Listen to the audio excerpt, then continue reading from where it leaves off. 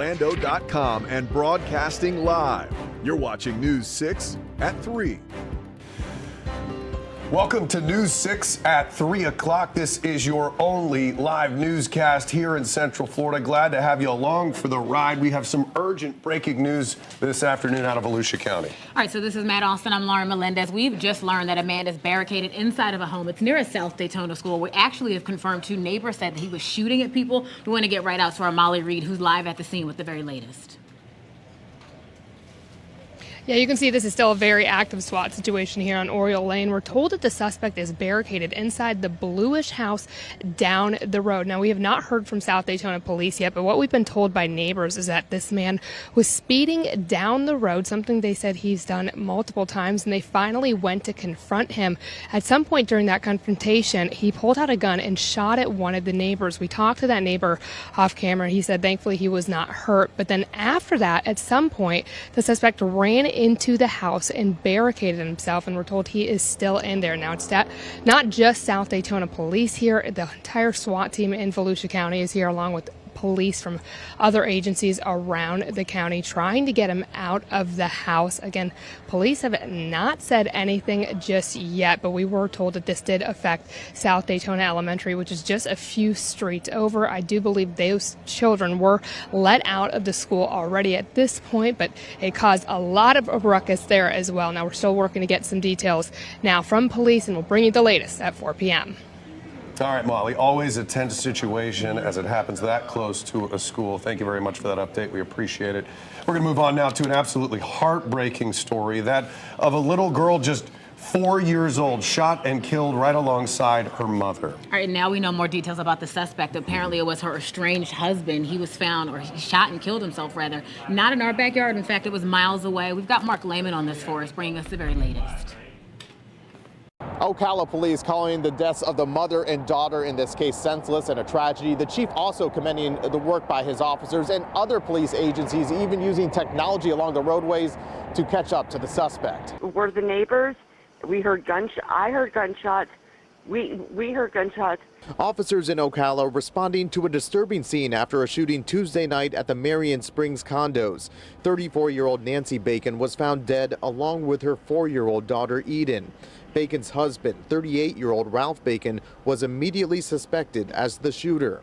Witnesses at the scene advised that after hearing the gunshots, they observed the adult victim's estranged husband leaving the complex in a dark-colored SUV. Chief Mike Balkin describing a challenging relationship between the married couple who reunited in December, but family members say there was lingering animosity. We know that that child, the 4-year-old, was not the shooter's biological daughter.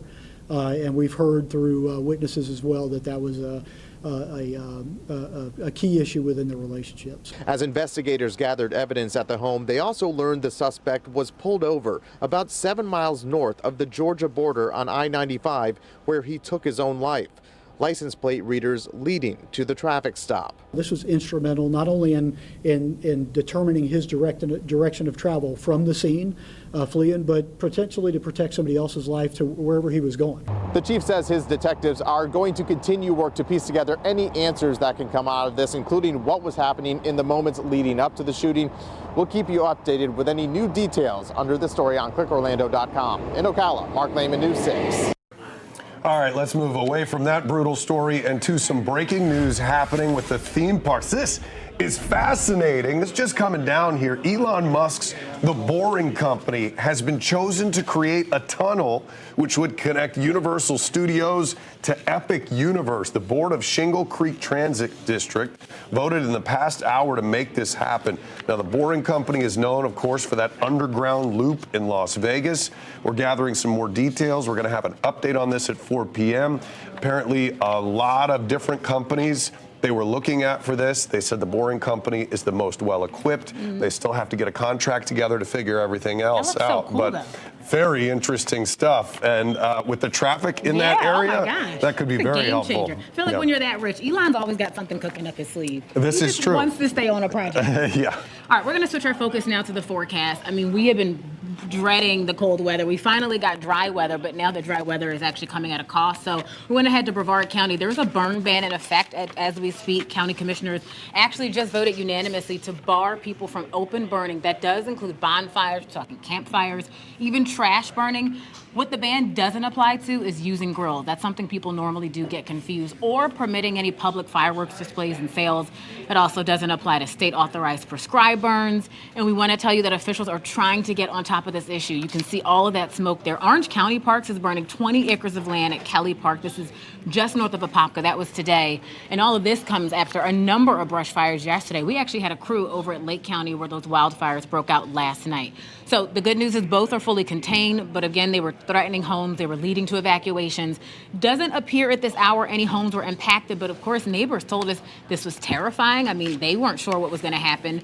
So we want to make sure we stay on top of this. Yeah, those fires in Lake County continue to burn, but they are contained. 3 fires in Marion County, 2 in Volusia burning, but they are not fully contained. So Chief Meteorologist Candace Campos breaking that all down in this article at clickorlando.com. We're also going to check in with Julie Broughton in about 30 minutes to see when some rain might be on the way. And when I say some rain, I mean just maybe a little bit. We got a chance for some drizzle, which can help, but we are so deep into this dryness that it's really not good. The driest beginning to February in something like 25 years. Yeah, I feel like this has been a wacky season for record weather. We saw the record cold Very snap, cold, record and now dry we're really weather. dry. Yeah, it comes together. So I think the only rain we might be getting, of course, is going to come for the Daytona 500. Possibly. Which, I mean, could be the potentially worst time to happen. I mean, look, let me tell you something. If you do not have a ticket to the hottest event on asphalt, well, you might want to hold your breath or phone a friend, all right? This is a really popular event, Daytona International Speedway, posting on social media officially, 2026 Daytona 500. It's sold out. Sorry, Matt. Speedway fits over 101,000 people for this big race. 500 begins 2:30 Sunday, so if you want to watch it at home, Sports Director Jamie Say, she's got the tough assignment joining us live out there. Don't you wish you could trade? I do wish I could trade with her today. Jamie, how is it out there?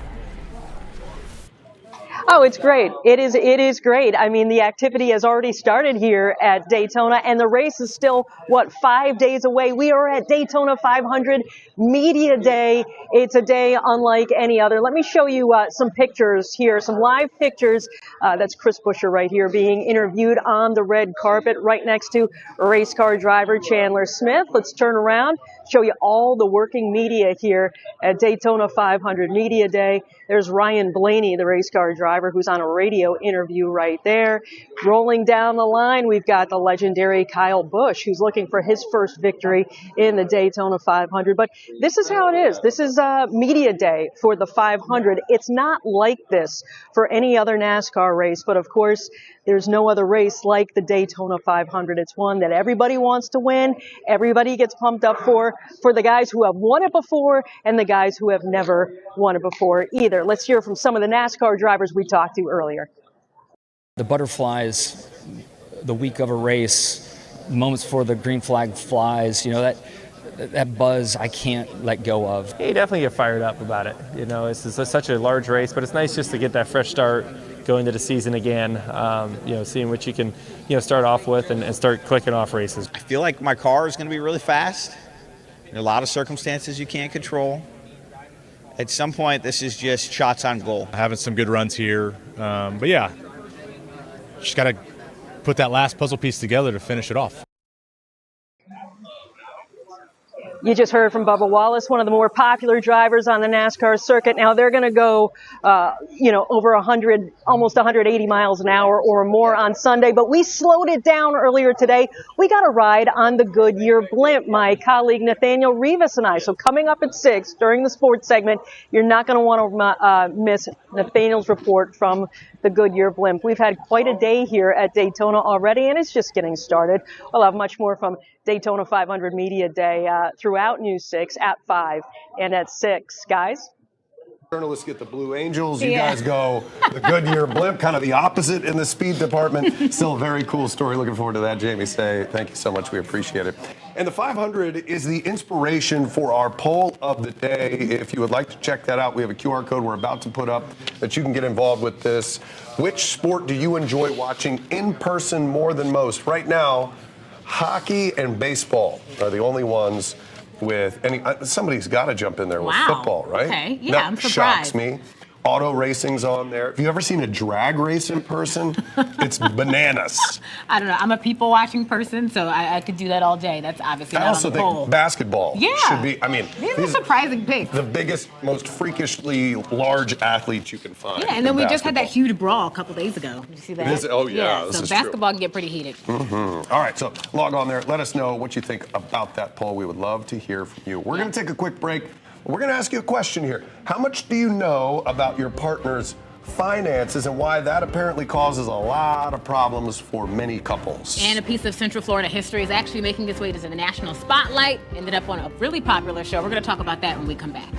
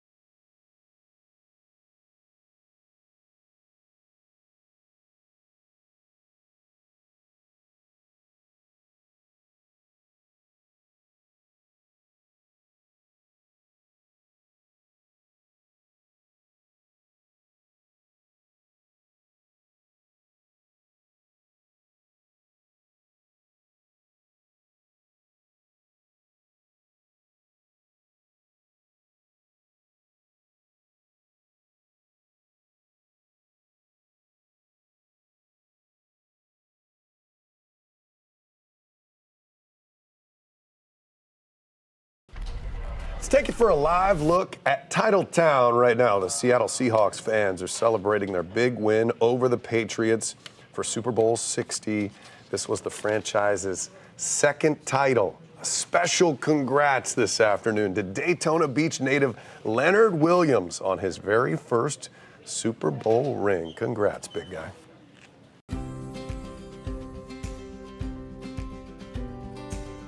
Valentine's Day is just days away, and according to Bankrate, 45% of people in committed relationships believe they do not know everything about their partner's finances. Nearly 40% think financial infidelity is just as bad as physical cheating. CBS News business analyst Jill Schlesinger is here with some advice for couples trying to work on their finances right now. Well, let's not do it this weekend, okay? But let's push aside a moment in time, a specific time where you are going to try to open up a dialogue. Just say to your partner, look, no judgments. We're sharing information. Start with the basics. you're going to be creating or updating your balance sheet. That's just a list of what you own and what you owe. This is where you disclose that hidden credit card that you never wanted to tell anybody about. Then the next step, do you have a system to track your cash flow? If not, let's do that. Let's see where the money is going. Then we can come back together after 90 days and say, is this really how we want to be spending the money? Well, Jill, oftentimes just one person in the relationship takes care of the money, pays the bill, does all the things. Is that okay?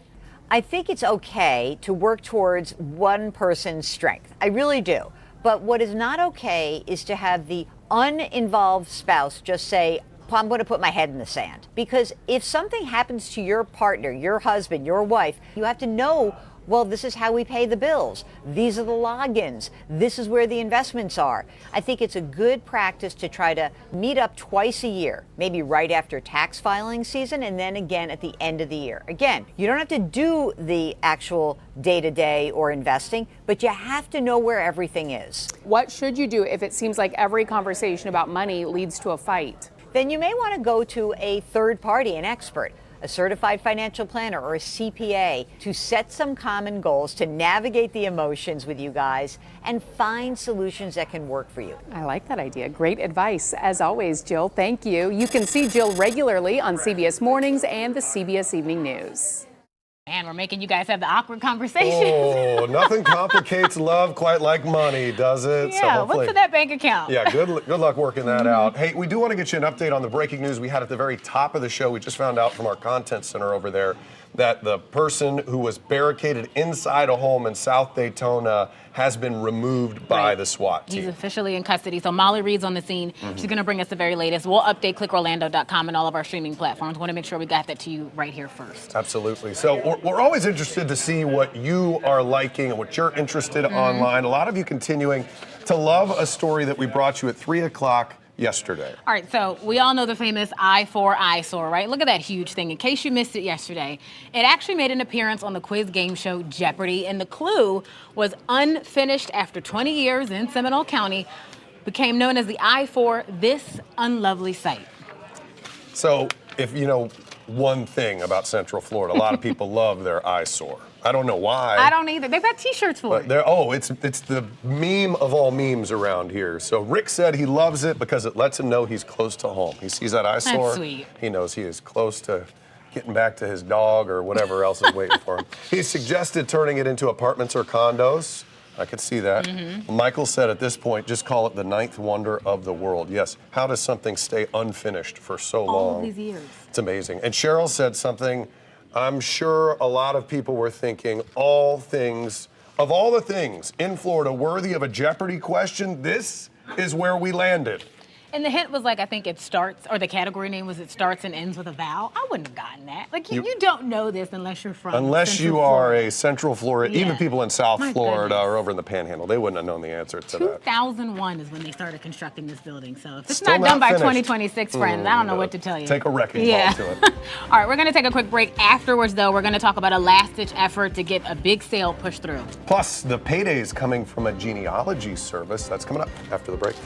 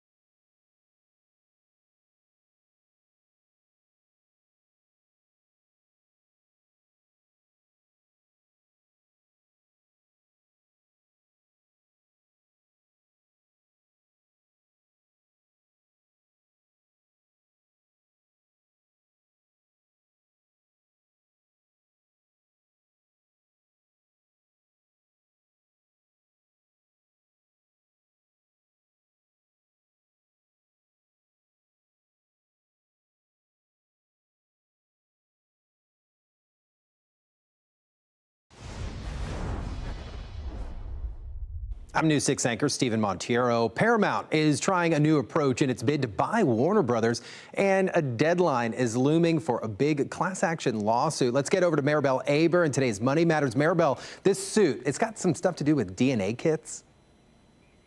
It does, Stephen. If you're among the millions of people who submitted a 23andMe DNA kit, there's a deadline to know about. Customers have until February 17th to file a claim tied to a class action settlement. And the case stems from a 2023 data breach with payouts potentially reaching up to $10,000. The settlement also includes 5 years of privacy monitoring. The company sent letters to people it believes may have been affected by the breach. You can check eligibility and file a claim at 23andMeDataSettlement.com. Stephen.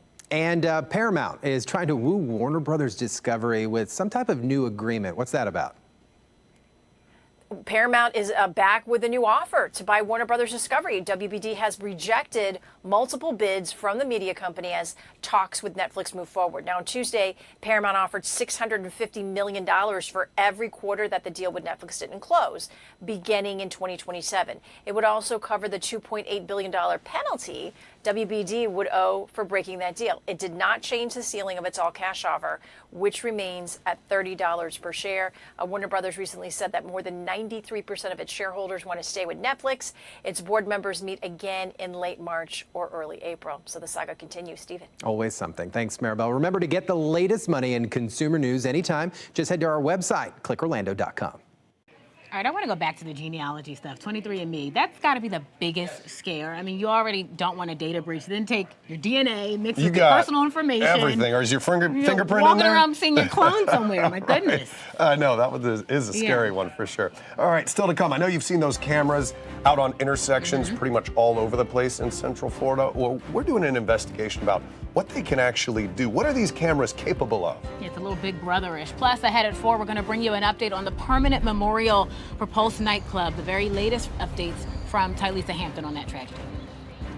Coming up in the morning, a local city looking to change the rules when it comes to alcohol. But this time it's not more restrictions, it's more time to drink. We'll tell you what you need to know ahead of a key vote. Plus, Valentine's Day for your pet, the growing trend that's picking up big time this year. Join us for News 6 Mornings starting at 6.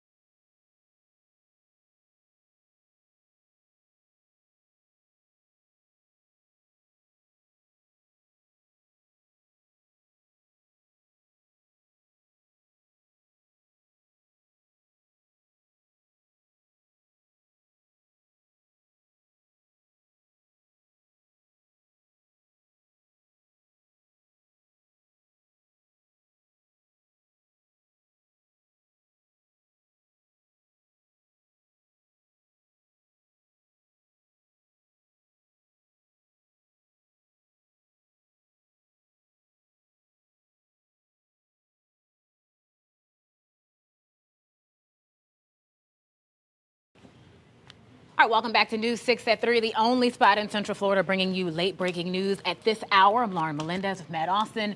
You'd be hard-pressed anywhere in Central Florida on the roads to not find a camera or some sort of device tracking everything, pretty much. These things are everywhere, but have you ever thought, as you looked there, stopped at a stoplight, what are these things actually keeping track of? Yeah. How much are they keeping track of I certainly want to know. News 6 investigator Mike DeForest joins us now inside the newsroom. Hey, Mike. You've been digging into one specific type of camera, right, Mike? License plate readers. We've had a lot of discussions. We've seen a lot in the news. Law enforcement very supportive of these cameras, which use artificial intelligence to read license plates. It can also detect the make, model of the car, color. Wow. And law enforcement praises this technology. They say this has helped them solve crimes, find stolen cars, missing children. Back during the Madeline Soto disappearance a couple of years ago, sadly, she was murdered. But law enforcement used these license plate readers to not only prove that the man who ended up getting convicted of her murder was lying to law enforcement. He says, I went in this direction, but the camera showed he went in a different direction. It also helped them kind of narrow down the search location and find her body. So law enforcement will tell you that these license plate readers are very helpful tools in what they do. Of course, privacy advocates will tell you that there are a lot of concerns about not only the data that these things are collecting, but also who has access to that data. How long is it going to be stored? So a lot of questions. So what we're showing today are some maps that some of these privacy advocates are putting together that are actually showing where in your community these license plate readers are located, literally showing you the intersections, the streets. And we actually drove around to verify some of these were out there, but also to kind of see how many we passed. Let's take a look. As we leave this neighborhood that has the license plate reader out front, we'll hop on the main road and then head to this bank where there's another one nearby. We'll then pull into the parking lot of this medical facility where our tag number could have been recorded. Our next stop, the drive-through of this fast food joint near yet another license plate reader. After a quick lunch, we'll drive to this home improvement store. The parking lot here is covered by multiple privately owned license plate readers. Potentially weeks or months from now, law enforcement has the ability to go back and roughly retrace the journey we just took using AI. I imagine they don't want folks to know exactly where they are. Similar to like the apps that tell you where police are going to pop up and, you know, where the speeding straps are. In doing my research for this, I will tell you many law enforcement agencies are reluctant to disclose exactly where these are, although if you know what you're looking for, motorists can see them. Yeah, but then again, the privacy advocates who are putting together these maps say that the public needs to know not just where they are, not so you can evade them as a criminal, but just so you can appreciate the growing network as more and more communities sign up for these and to encourage citizens to be part of the democratic process with your elected leaders. Do you want these in your community? How are law enforcement using them? What are the rules that govern their use? The thing that surprised me about that is that a lot of those were on private property. These aren't public places. It's a combination. Cities and counties are buying them for their police departments, but also private companies. A big one are like home improvement stores, Lowe's and Home Depot. They use them for their own internal purposes. Let's say they had a repeat shoplifter. Hey, he's back on our property, so they know that. But also, I know Lowe's in particular says that they will work with law enforcement. If law enforcement comes to them saying, hey, we need your cameras, if it's for a criminal investigation, Lowe's says they're going to turn it over. Interesting stuff. I look forward to that story. Is that airing? It's on ClickOrlando. Already. Check it out. ClickOrlando.com. Mike DeForest. Good stuff. Thank you so much.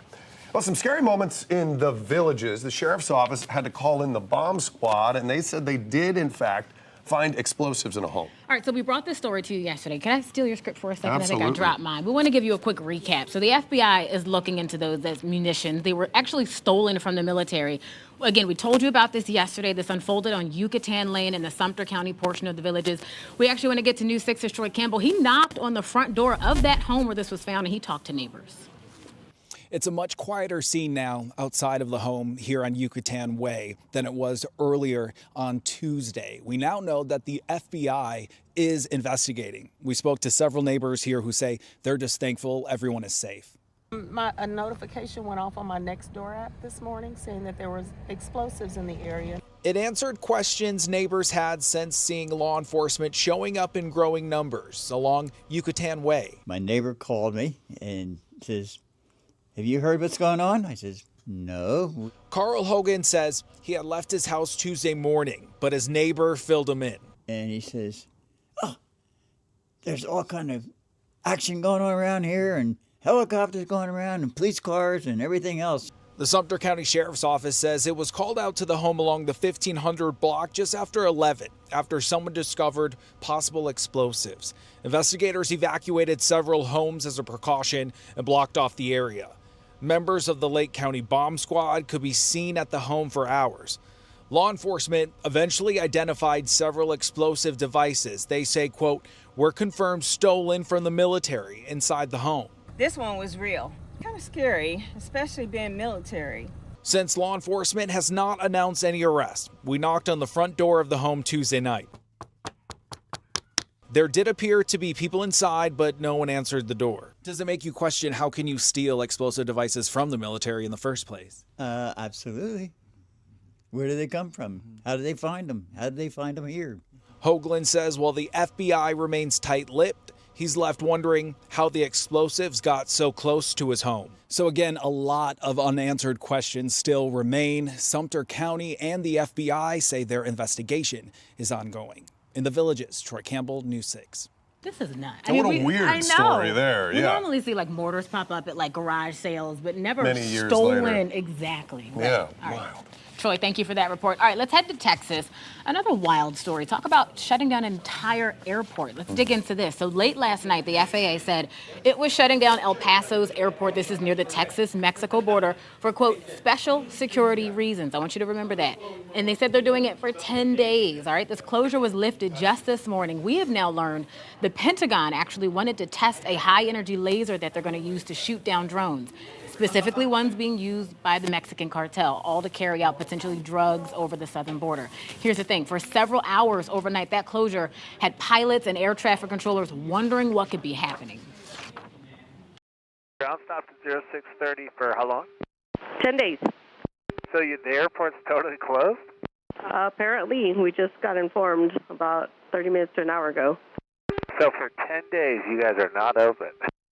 Well, I mean, we'll be here, but no air traffic. Okay, thanks for that heads up.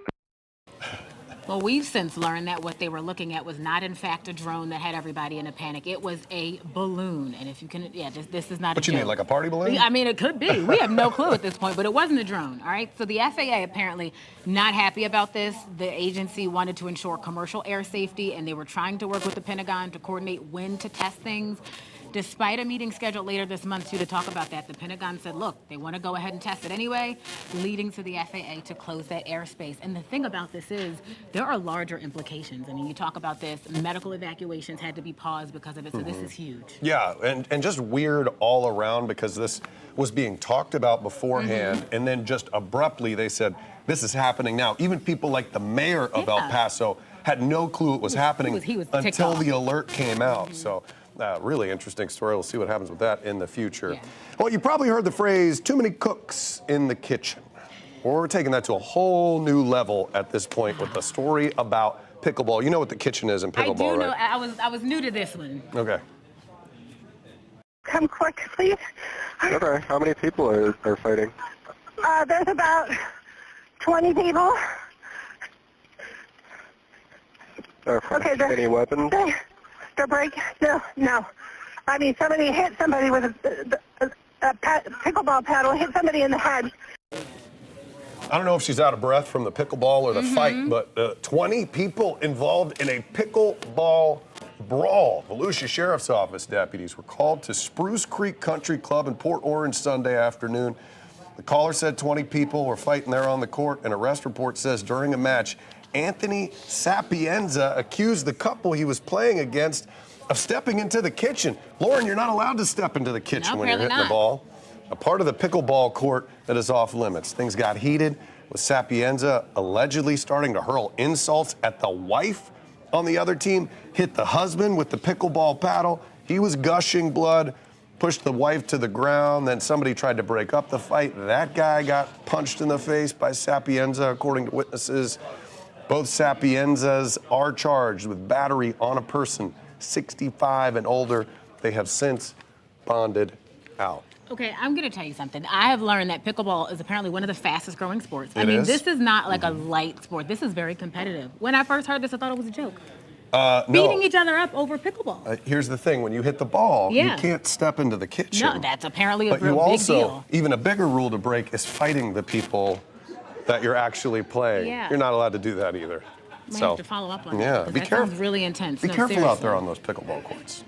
All right, well, you can run, but you can't hide. We're going to talk about a Lake County Sheriff's Office having some trouble tracking down a guy who's got apparently a lot of warrants. 2911, we got a four-wheeler going through the woods. All right, so you're listening, or you're watching rather, some of that aerial video there. They had to take out the big guns, literally. Officials on January 22nd said while deputies were trying to arrest a man named Larry Longworth, their helicopter actually spotted him on thermal camera here, riding his four-wheeler into the woods. He eventually ditched that, he ran off, and that's when deputies had to just do a good old-fashioned chase on foot. You had us going. If it wasn't for the fool-wheeler taking a crap on you, you probably would have had a chance. My goodness. All right, so Longworth, as you're looking at him right there, he was charged with written or electronic threats to kill, just so you know why they were after him, felony battery, and more. I was doing like a deep dive into this gentleman. He's apparently really well known to them. He's actually evaded law enforcement before, so he's got a little bit of skill when it comes to it. Well, I'll tell you, a four-wheeler is probably one of the better devices we've seen to try to get away. And as that officer said, if the four-wheeler hadn't given out on him, he probably would still be out there to this day. All right, well, Florida College facing some new problems, all when it comes to an illness on campus. This has been in the news a ton lately, all over the place. We told you a week ago, 11 students tested positive for measles at Ave Maria University. That's about 20 miles southeast of Fort Myers. Officials now say there are 53 cases at the school. Health officials stress the worst may not be over because of the virus's incubation time. More cases could pop up over the next 2 weeks.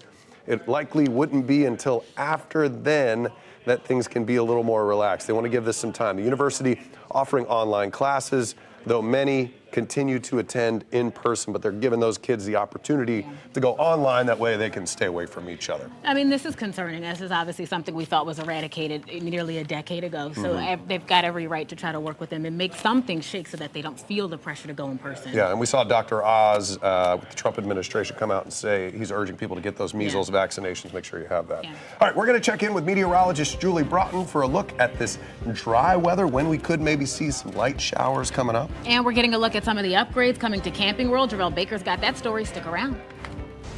Your Wednesday evening traffic alert. Listen, we're going to see some lane closures. We have been seeing them each and every night.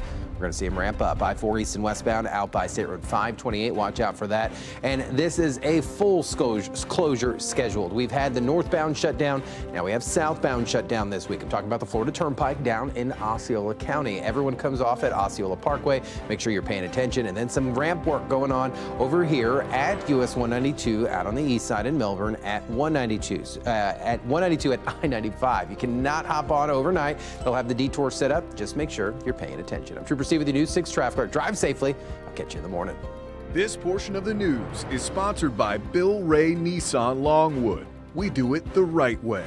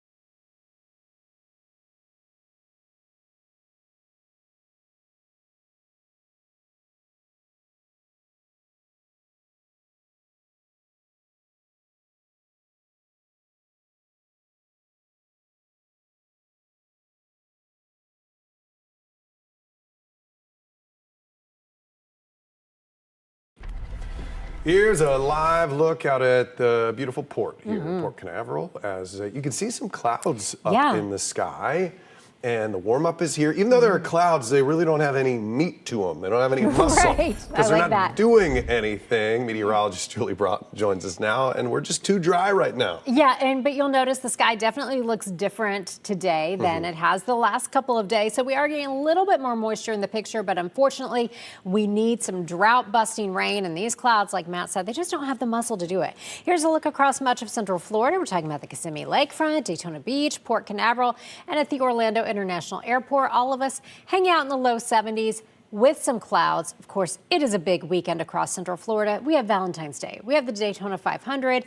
So we may see a few isolated sprinkles for your Valentine's Day, but a better chance of rain that we really need with a stronger system comes Sunday into Monday. I feel like we always have rain delays on the Daytona 500. It always does feel like that. It rains every year on this weekend, I feel like, and I think that it will be no exception this year, but this is why we really do need to get that rain in here. The timing with the race may not be great, but we now have Brevard County added to those burn bans, and when counties are deciding whether or not to issue a burn ban, they look a lot at these numbers. We talk about the Keach-Byram Drought Index.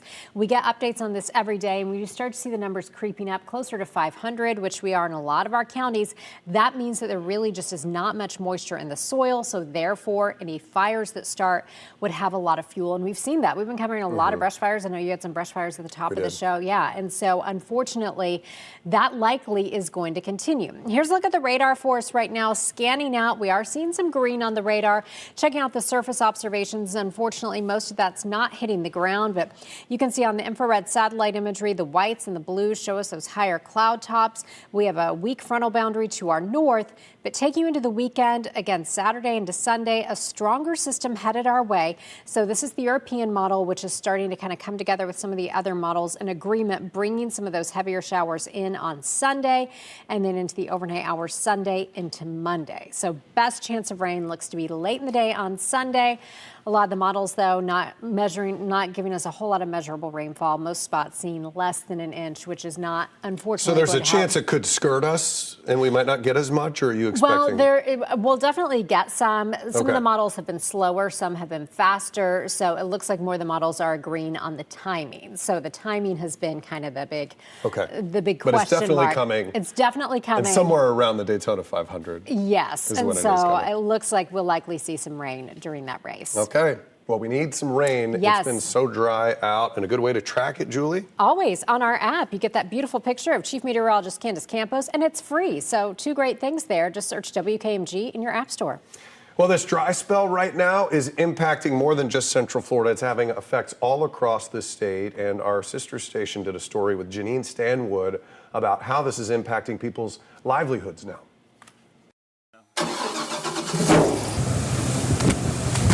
We're on an airboat with Marshall Jones, a fifth-generation Gladesman who runs Max Fish Camp. Because this drought is going to be one of the worst ones in a generation. Yeah, he moved back there. We see gators trudging through mud. It's mucky and bone dry. Oh, all right. Nice and cold, right? Yep.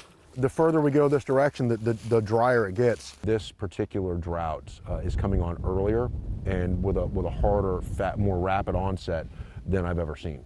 Rainfall is 50% down since November, prompting officials to urge people to conserve water to stop depleting the Biscayne Aquifer, South Florida's main water source. The less you waste water, the more viable our aquifer will be. This entire area that we're going through today, the Everglades in general, is the aquifer recharge zone for all of South Florida. The Everglades is also home to one of the most complex and important ecosystems. Dry conditions shrinking the habitat and hiding places for wildlife. With the rapid onset of this drought, the wildlife, many of them will be stranded out here. This area would normally be up to our knees with water. Back at base camp, Jones has had to cut back on airboat tours because there are fewer places to go. He's also worried about brush fires already popping up. It's a tinderbox waiting to go off. All right, the NFL postseason officially ended on Sunday. Seahawks, I'm sure, still living in the moment. And let me just say, Patriots 12 times in the Super Bowl, they needed a break. Don't be greedy. Yeah. That's for sure. All right, well, people are already planning for upcoming NFL seasons, including right here in Orlando. News 6's Jarrell Baker joins us now. You got a tour of what is happening at Camping World Stadium, Jarrell. Yeah, right now is their first day of construction. You can see them tearing down parts of the building. They're going to be rebuilding the upper deck and doing that $400 million rebuild in phases. But they are saying that they will get this done before the 2027 NFL season, hoping to get that bid from the Jags. It's still not set in stone yet that the Jags will be coming here, but they're hoping that everything that they're doing is just going to be leading up to that. Got some fancy upgrades too. I mean, Yeah. this is what, $400 million? I think I saw like 65,000 premium seats. So They'll be doing a community event center right Yeah. across the street. They're also going to be looking into how the city can actually repave some of the roads and improve some of the areas with the CRA by expanding that. They had that vote on Monday. So it's not just that area, but they're trying to renovate this whole entire area before then, just to bring in not only just the NFL season, but also WrestleMania, several other events coming to Camping World. But you say it's not set in stone, but it's the favorite, right? If they mess up this renovation, maybe the Jags won't come here and they'll go to Gainesville. Don't but, jinx it, But man. really, Yeah, I mean, exactly, yeah. they're going to be coming here as long as this goes well. Quiet, Matt. Just All right. I But shouldn't no, talk. but right now they're saying that the NFL has the final say. Now with the Super Bowl, everything over, now they'll start seeing the details, because to us it's a big deal, but there's 31 other teams in the NFL that kind of are getting their seasons on. But now, since they'll be coming together, they'll finally have that final say. And then we'll see if they'll be coming here to Orlando. I know I want that to happen. Oh, me too. Steelers are on the schedule. I know we're not supposed to be biased, but we're biased. Your mouth to God's We ears. want to see that. All right, Jarrell. Thank you so much. Thank you. Appreciate it. Well, look, if you couldn't afford a ticket for your loved one to the Super Bowl, maybe you can take a page out of this guy's book. He is making us ask, how far would you go for love or for somebody to forgive you? So check this out. There was a man, he was in the Olympics, right after a Norwegian Olympian apparently won the bronze medal in the 20-kilometer biathlon. He said on live Norwegian television that he had dedicated that performance to his ex-girlfriend. Sounds like a sweet love story, right? Aww. Matt. He said he told her a week ago, aka a week before the Olympics, that he cheated on her 3 months before that. So, of course, she naturally broke up with him. She said, see ya. Now, at the time, the two had only been dating for 3 months. He called it the biggest mistake of his life. Here's what he had to say about telling the world what happened. Maybe there's a chance that she will see what she really means to me, and maybe not. But I don't want to think I didn't try everything to get her back. I think in theory this works, like in the movies and the love yeah, stories. he thought that this was Sleepless in Yeah, Seattle. exactly. So you tell me how this Guy ended, cheats please. on girl, guy confesses his love. Right, yeah. Guy, since that news conference, his girlfriend told a Norwegian tabloid, even after that massive declaration of love in front of the world, it is too hard to forgive him. She said, nope, I'm not taking you back. So let that be a lesson, fellas and ladies. Even an Olympian can't get the gold back. Right. If you cheat, you better win a gold medal Heck if you yeah, want right. her forgiveness. Don't be coming back with a bronze. Or silver. We want Right, the big yeah, stuff, you better okay? be a gold, buddy. All right, we got I a know lot you to got talk about. I was stuff going to coming say, up, I got yeah. a jet. I know, yes. All Coming right. up at News 6 at 4, we're going to be digging into a round of layoffs that's happening at one of the country's most historic media outlets.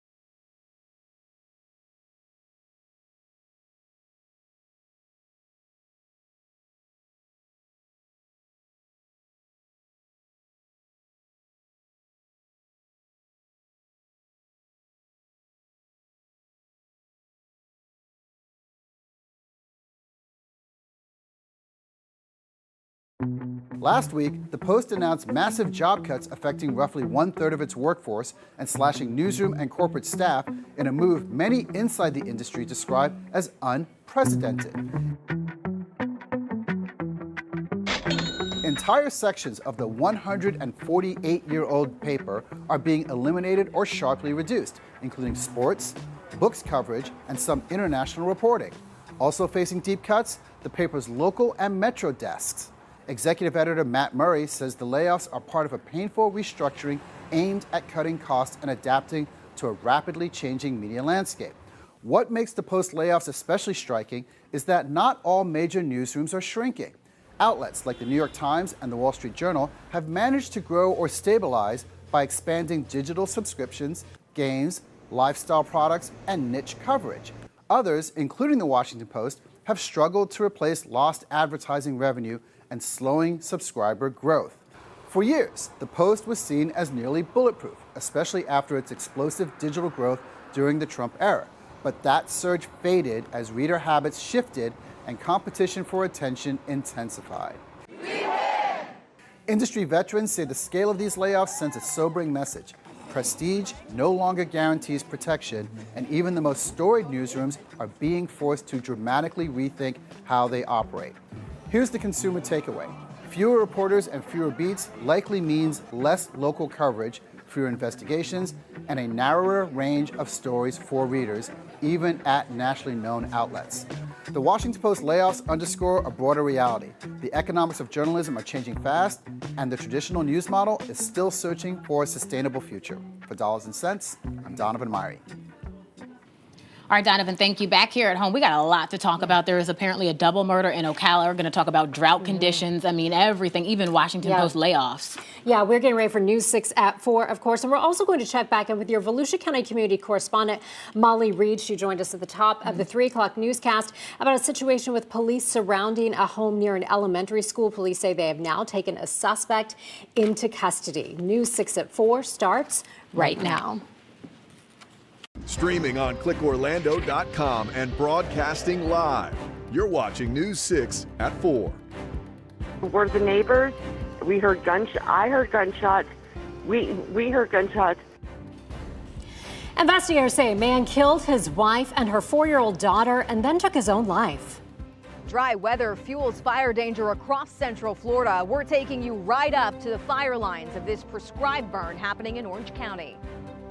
It's going to stay mainly dry for the next really several days until we get into the weekend. As a stray sprinkle out there now, not going to help the conditions any. We'll talk about how bad it is in a few minutes. But first, we start with breaking news. A SWAT standoff in Volusia County has just come to an end. We're learning a man was barricaded inside a home in South Daytona Beach. So your Volusia County community correspondent, Molly Reed, joins us live at that scene from Oriole Lane. Molly, a lot of action there just within the past few minutes. What can you tell us? Definitely. The suspect just came out of that blue house behind me within the last 45 minutes. This was a huge scene here, just a few streets away from South Daytona Elementary School. Now, we're told that this was extremely close as far as the shooting that led up to the SWAT situation. Police say that the man shot at one of his neighbors, but thankfully did not hit him. Now, the neighbors tell us that basically what happened here is the suspect, identified as Dana Rowden, had been seen speeding down this road several times before. Until today, one of the neighbors finally went up to him and actually confronted him, worried about kids' safety in this area. They say when they saw him speeding, he went up and confronted him, but Rowden pulled a gun out and shot at him at least twice. Neighbors described the scene leading up to this, and the chief tells us while Rowden was barricaded in the house, they weren't able to get him to talk to them, but they were able to monitor him on social media. Today I saw him turn in that blue house down there, and that's when my neighbor across the street ran down and confronted him. We heard from some neighbors he was also posting on social media while this is going on. He was posting on Facebook. We couldn't get him to answer the phone, but he was communicating with others on Facebook, and the negotiators were monitoring that, and they were up on it in real time. Rowden eventually coming out. The police say his attorney told him it was for the best that he did. Now, Rowden will now face a slew of charges, including attempted aggravated battery. Again, the neighbors tell us this was actually a big relief after all the issues they've had with him in the coming days. I'm your Volusia County Community Correspondent Molly Reed, News 6. Molly, thank you. And more breaking news, it's going to happen. The Shingle Creek Transit District has picked the Elon Musk-owned The Boring Company to dig a tunnel through the tourist district connecting Universal Studios to Epic Universe. The board picked the Musk Company during a vote this afternoon. The Boring Company already built a similar tunnel in Las Vegas. We are gathering new details about how and when this will happen, so you can look for updates throughout this afternoon and online at clickorlando.com. Investigators say a man shot and killed this 4-year-old girl along with her mom. So this story really gripped our newsroom when we found out. Investigators say that man was the woman's estranged husband. Now, all of this happened at the Marion Springs condominiums. It's in Ocala. That's just off East Fort King Street. News 6's Jana Manahalal joining us live from there now. And Jana, we understand you actually talked to that little girl's grandmother. Yeah, I got the chance to speak with the grandmother over the phone for about 40 minutes. She told me, the story of her daughter and the story of the granddaughter's upbringing. And now we're outside of the daughter and granddaughter's apartment complex right here. And while we were setting up for this live shot, some of the neighbors had put down a memorial, rest in peace, sweet angel, some flowers, even a teddy bear. And, I got a chance to speak with neighbors as well who basically say, in addition to the Ocala police, this whole thing was just completely senseless. I hear numerous gunshots, and I hear a woman screaming. She has a child. What you just heard was a 911 call from a neighbor after 4-year-old Eden Bacon and her mom, Nancy Bacon, were shot and killed by who Ocala police say was her estranged husband, Ralph Bacon. This all happened on Tuesday night when Ocala police got the 911 call. My neighbor's husband, the doors unlocked, just went in there and saw them on the ground. Y'all have got to get here. On our way to the apartment complex where this all happened, Nancy's mother spoke with us, telling us it was Eden's first day of pre-K on the day of the shooting and had been with her earlier that day. Today, we're back at the Marion Springs condominiums to try and get answers from neighbors who may have heard anything. We've knocked on multiple doors, but the only person to answer us was Jill. It's very shocking, yeah. And the fact that it's somebody I knew, it's just even more shocking.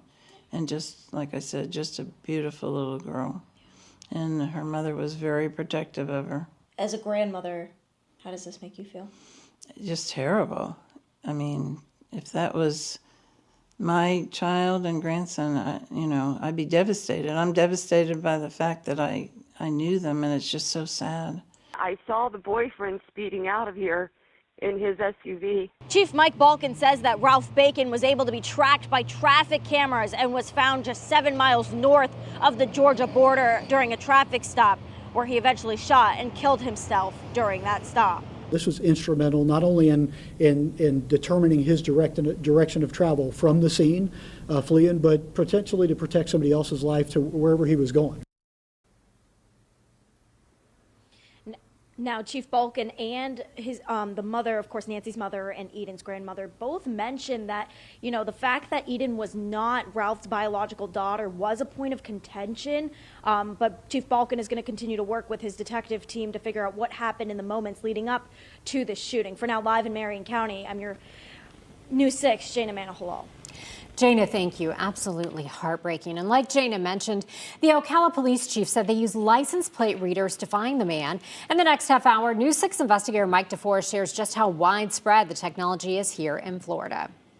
Dry weather is fueling the fire danger across Central Florida. Right now, crews are keeping an eye for flare-ups from brush fires like this one in Volusia County. Yeah, you've been tracking this for a while. You've been warning us about this. We've been, of course, keeping a close eye on it all week. News 6's Catherine Silver. She's in Orange County where there is a prescribed burn happening right now.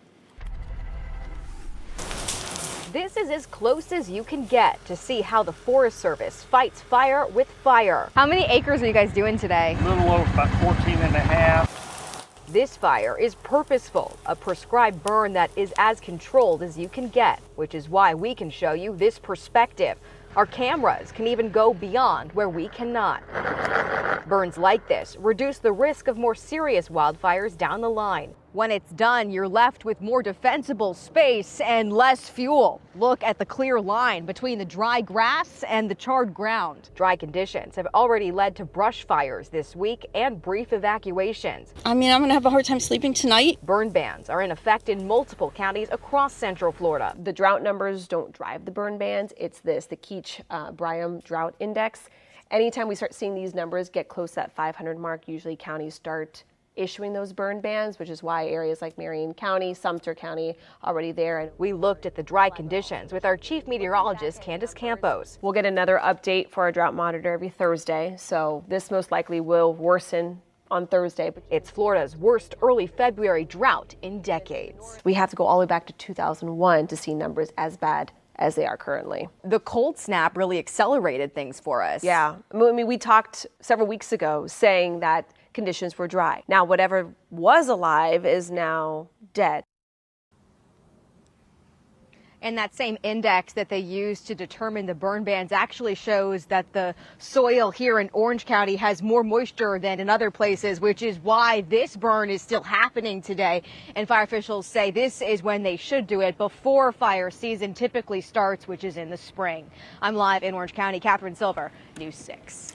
Catherine, thank you. And meteorologist Jonathan Kegas is here now. And Jonathan, like Candace was saying, we look at those Keach-Bryan index drought numbers every day, and they are continuing to creep up, which just is concerning. And we're seeing the results of that. And we get those updates every afternoon. So the numbers she showed you, I'm going to show you another update to that. And they have gone up again. And that's why we've added another burn ban. We did. Brevard County now joining the party. Unfortunately, with those burn bans, you see there, everybody in red under that burn ban. That's Flagler, Marion, under a voluntary one. Sumter, we are under that burn ban as well. Polk and now Brevard. That was the new one today. Now, this was the index that Chief Meteorologist Candace Campos showed you earlier when she was talking to Catherine Silver.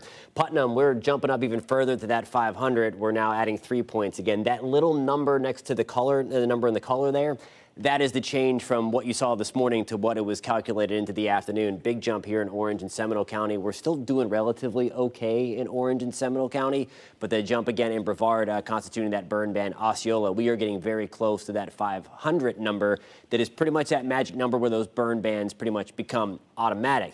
Couple of stray sprinkles out there. A lot of this really isn't reaching the ground. We were talking yesterday about the extra cloud cover coming through. A couple of sprinkles being wrung out by this front as it's sliding through. Not really going to amount to much. If anything, the better opportunity for rain comes late this weekend towards the Daytona 500. We'll have the latest on that system, guys, coming up at about 4:17. All right, Jonathan, we'll see you then. Thank you. U.S. Attorney General Pam Bondi faced heated questions today on the Justice Department's handling of the Epstein files. Lawmakers say the department redacted names of certain people who appeared in the files, also saying the department didn't redact certain survivors' names. Bondi defended the DOJ's handling of the case when asked to apologize to survivors. We were given 30 days to review and redact and unredact millions of pages of documents. Our error rate is very low. At the hearing, Bondi also spoke about other Justice Department efforts like targeting drug cartels and fighting violent crime.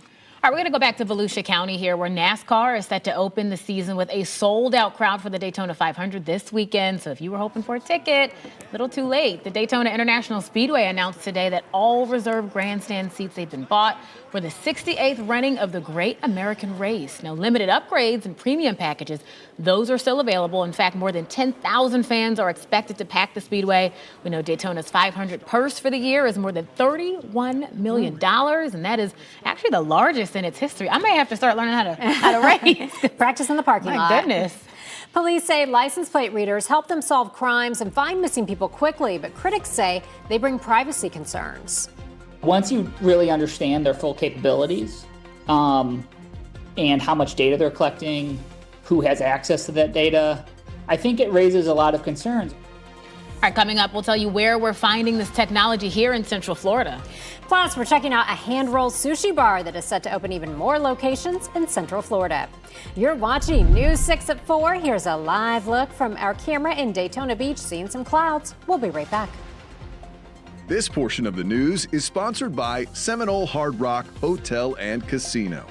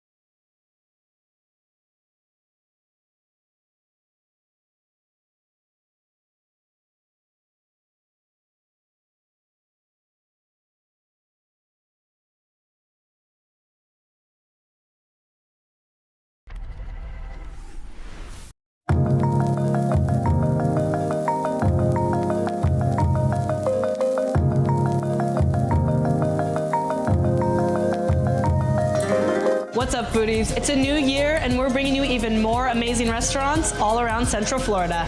Today's stop, Sushi Saint. Here at Sushi Saint, you're eating like the chefs. We wanted to do the way that I enjoy having sushi at home and a lot of other sushi chefs. In an era of sushi pizza, sushi tacos, and every roll being a vessel for spicy mayo, this place is bringing back tradition and focusing on doing simple well. Owner Chef Mike is Michelin starred, but the roots are humble. I started off just 16-year-old. I wanted to get a phone, and so I worked at one of the best pizza spots I could find, Sbarro's in the Fashion Square Mall as a 16-year-old. Now he has multiple concepts all around Orlando, and he's opening even more Sushi Saint locations this year. We'll be opening Sushi Saint Winter Park in a few weeks now, as well as Sushi Saint Icon Park in the spring of this year. But the original spot, right here in the Creative Village, is a prime pregame for anything in downtown Orlando. Or if you're feeling fancy and you've got a little bit more time on your hands, do the 12-course omakase. Omakase means leave it to the chef. And if you're anything like me and love cream cheese and spicy mayo in your sushi, but want to venture into some more authentic flavors, this is the perfect place to start. First, chef prepared Madai sashimi. And yeah, I had never heard of it either. A white fish, this is coming out from Japan. This is a Japanese sea bream called Madai.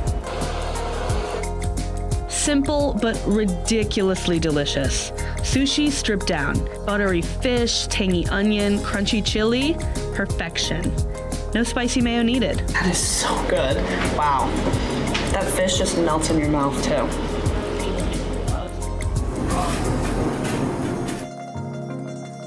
Okay, now we have to talk about the hand rolls, because you cannot come to Sushi Saint and skip the thing they're known for. Watching Chef Mike delicately prepare their signature item, you start to understand the thought behind every ingredient, and why timing is everything. You're supposed to eat your fish and sushi right away. Less than, honestly, we only really give people like 30 seconds. Is you want to have it at the most optimal moment. You'll know it's done right when you hear this. Hear that crunch? That was a good crunch. That was a good crunch. If you're in Orlando, put this on your list, especially if you're headed to a show nearby. And if you do come, do me one favor. When the hand roll hits the table, don't talk, don't take 10 photos, just bite it. Because you've got like 30 seconds.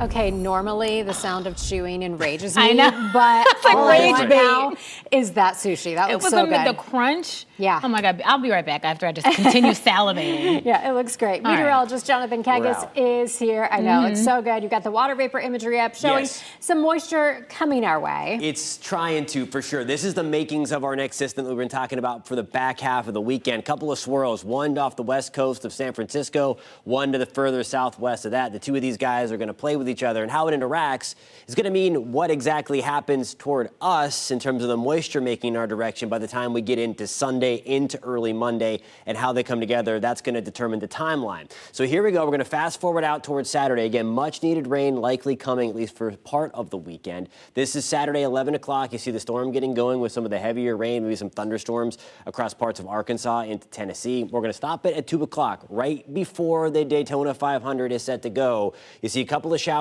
along the Florida peninsula as we start to get that heavy, strong push of moisture out ahead of this system. The heaviest rain, no doubt, at this point, though, still lagging back towards the Florida peninsula. I think there's still that opportunity again to get some of these showers to sneak in here as the race is getting ready to wrap up. I'm optimistic that most of the race is going to be fine. This is going to be 7, 8 o'clock on your Sunday. Certainly it's certain to rain a little bit heavier towards Daytona. Hopefully the race is wrapped up by that point. But again, watching that closely as any kind of shift in the timeline might move that up just a little bit. So keep on checking back. Rainfall through Monday morning. Again, we'll take it. It's not going to bust the drought by any means, but a good 1/4 of an inch to a 1/2 inch of rain likely coming with this system sliding through. It'll help maybe certainly help moisten things up just a little bit, but it's not going to bust the drought completely. Here's a live look outside in Daytona. All is dry right now, a little cloudy out there. Live look again with air temperatures hanging tight in the lower 70s. The airport reporting a few of those sprinkles we were talking about earlier. The breeze out of the south at about 5 miles an hour, pumping in that extra warmth that we have around today. 73 in Mount Dora. We're at 73 in Orlando, 74 degrees in Bushnell. Now here's a look at your forecast.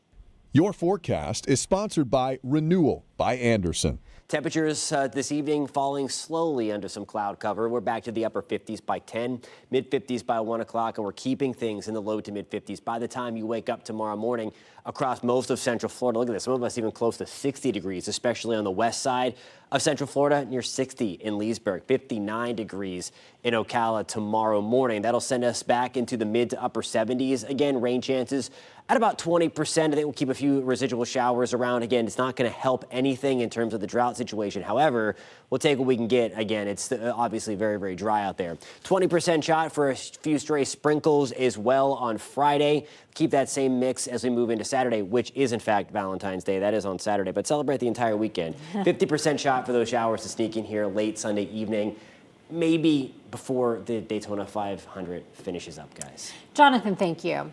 The city of Orlando is officially moving forward with changes to the Pulse nightclub site. So the construction is set to begin on a new memorial that's going to honor the 49 lives lost in the 2016 mass shooting.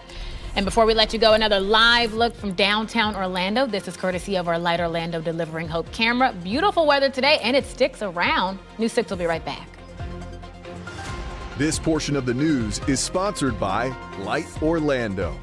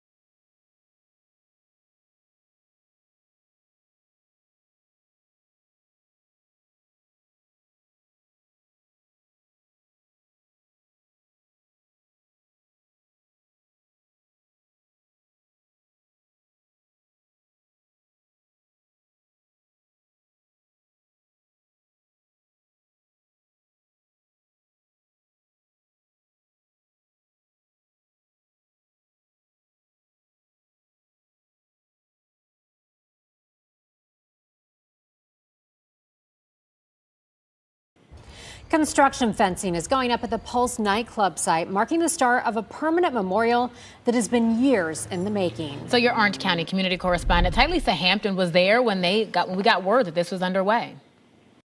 We can see this fence is now going up around Post nightclub. This is really the start of that construction for the permanent memorial here that the city of Orlando has planned. It was back in 2016 that mass shooting happened here. Since then, it's really become a sacred ground. You can still see flags up around, and at one point there were handmade posters to honor the lives lost.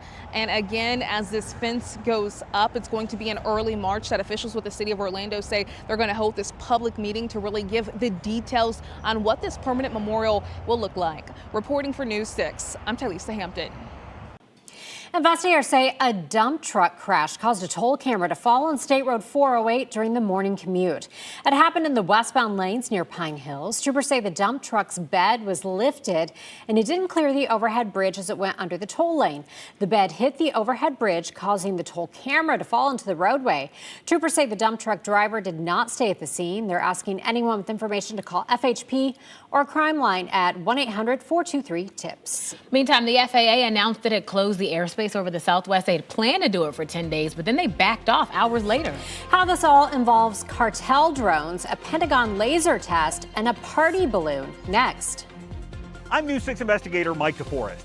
License plate readers like that one up there help law enforcement solve crimes, but they also raise privacy concerns. Coming up, we'll take a drive together to see how often we pass by license plate readers.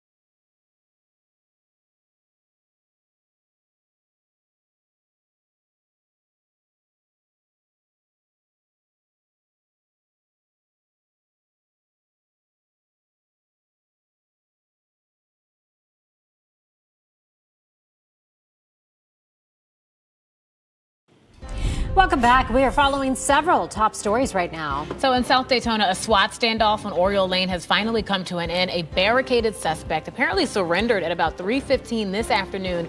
We've confirmed this situation. Nobody was hurt. Now, police say a man shot and killed his estranged wife and her 4-year-old daughter and then took his own life. This shooting happened last night at the Marion Springs condos in East Fort King Street in Ocala. Investigators say they later tracked that man 7 miles north of the Georgia border on I-95.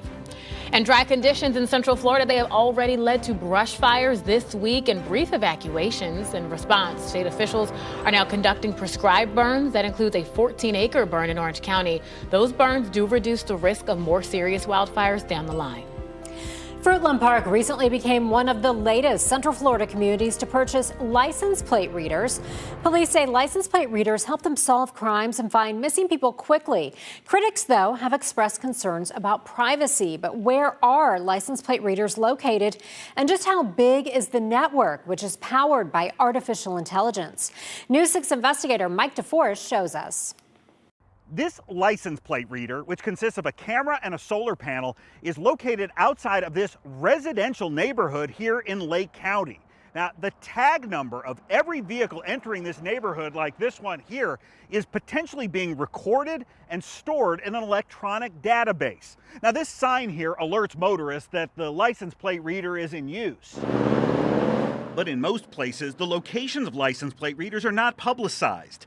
That's why some privacy advocates have begun using public records and crowdsourced reports to create maps pinpointing where the devices have been deployed. As you can see from this map, which the creators say is far from complete, Florida is blanketed with thousands of license plate readers. I think we need to pause and slow down because a lot of this is being adopted very quickly. Ed Vogel helps run the mapping website DFlock. It reveals that much of Central Florida is covered by license plate readers.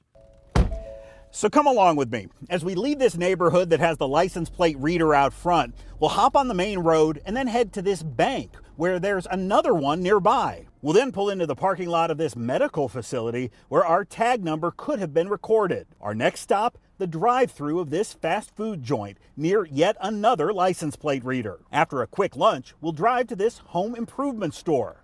The parking lot here is covered by multiple privately owned license plate readers. Potentially weeks or months from now, law enforcement has the ability to go back and roughly retrace the journey we just took using AI. But once you really understand their full capabilities and how much data they're collecting, who has access to that data, I think it raises a lot of concerns. Vogel believes the public should have more input on the use and placement of these devices. Probably over 100, 110 miles per hour now. Local law enforcement has used the technology to track down stolen cars, catch criminals, and rescue missing children. No, you're okay. When 13-year-old Madeline Soto vanished in Kissimmee, authorities used license plate readers to track the past movements of her convicted killer and ultimately find her body. Most law enforcement agencies are reluctant to talk about the specific location of license plate readers. One local police department tells me the technology is not used to monitor law-abiding citizens or to track their daily activities, but critics worry that those are powerful tools that can be abused. Mike DeForest, News 6. Interesting stuff there, Mike. Thank you.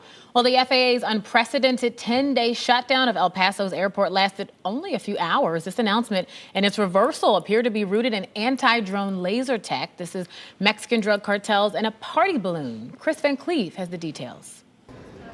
CBS News has learned disagreements between the FAA and the Department of Defense triggered the unexpected grounding of flights at El Paso's airport, stemming from the Pentagon testing high-energy laser anti-drone technology out of nearby Fort Bliss.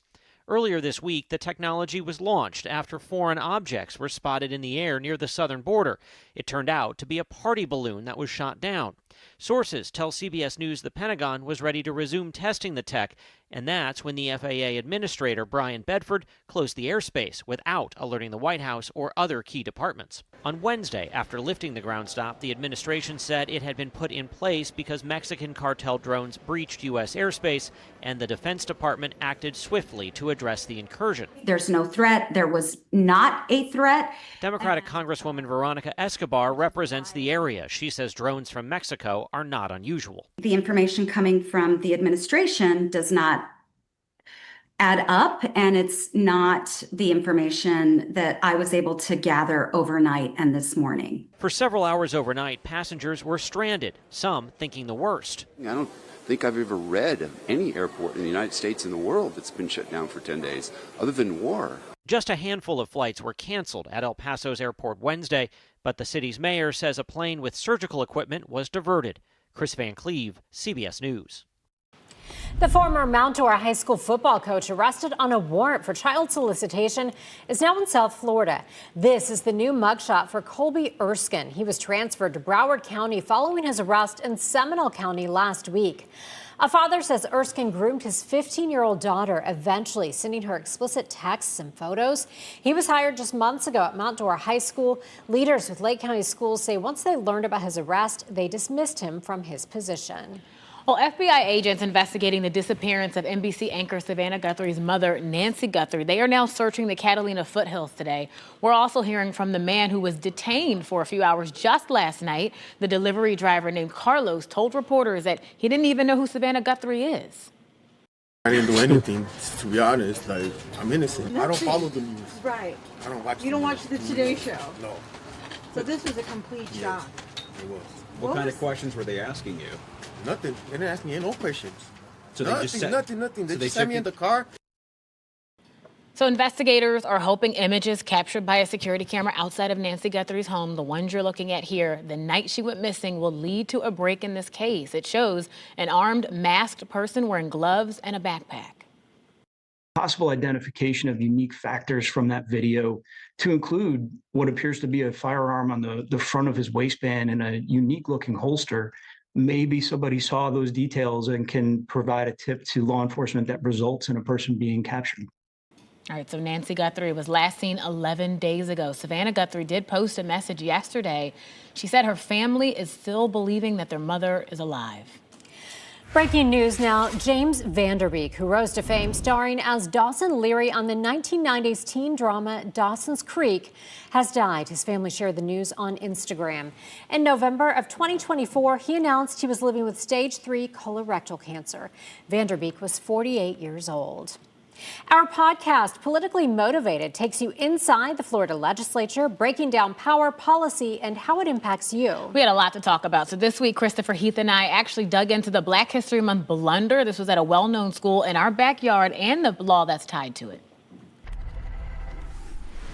FAMU, Florida A&M University, historically black university here. They're in the spotlight for not a great reason. Some black law students brought it to our attention. They actually reached out to our station and they said, hey, we're creating posters. We're talking about celebrating Black history.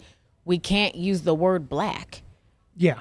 And we just sort of scratched our heads. It's one of those tips that comes in, you're like, there's no way. Right. In case you missed it, FAMU told our Tylisa Hampton this week that a, quote, staff level error was to blame for pushback about law students promoting Black history events.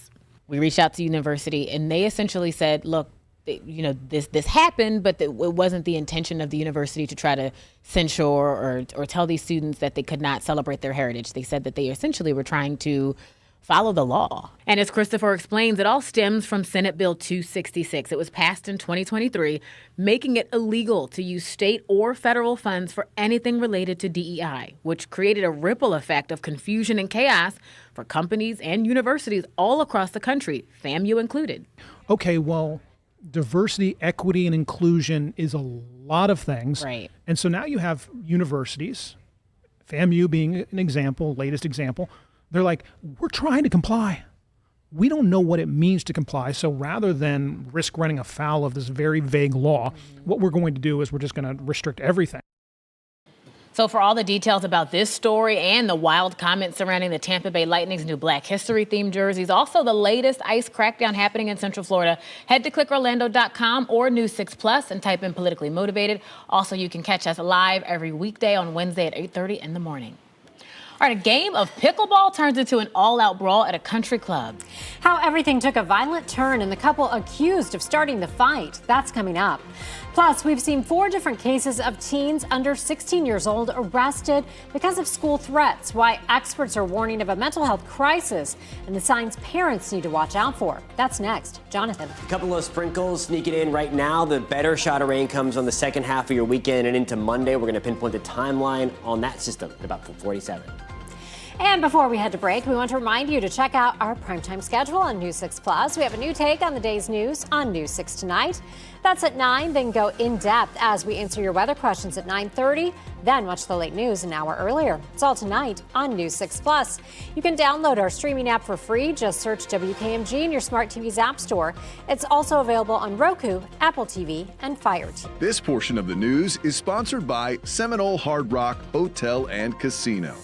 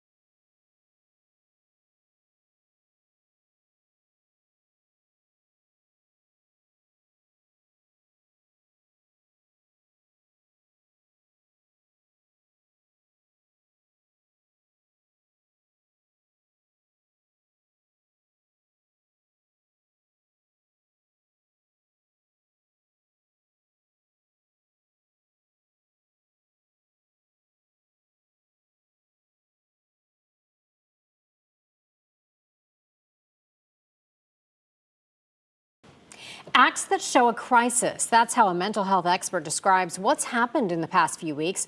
4 teens, all under the age of 16, arrested in separate cases involving school threats. So News 6's Tylisa Hampton spoke with an expert who explains what could be happening beneath the surface, but more importantly, the warning signs that parents should be looking out for. What does these type of crimes show you? So I would consider any of those acts or thoughts of those acts a crisis. In the past several weeks, News 6 has reported on 2 Seminole County high schoolers arrested after an alleged murder plot tied to an obsession with the Sandy Hook shooter. 2 more students, this time 13 and 11 years old in Flagler County, were taken into custody in connection to 2 separate school shooting threats. So I wanted to dig deeper, and I spoke to Dr. Lisa Spector. She's the division chief of developmental and behavioral pediatrics at Nemours Children's Hospital. I think it's important for us to be aware that it's often the tip of the iceberg.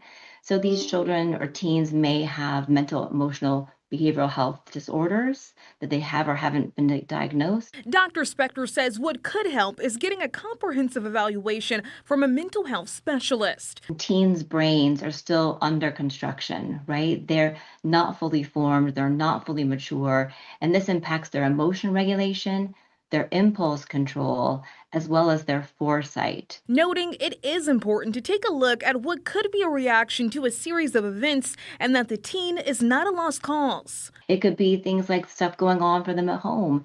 It could be stuff going on in their school. It could be things that they're experiencing or witnessing on screens. And for parents, she says there are 3 main things for parents to be aware of. First, pay attention to what your children are saying. After that, ask.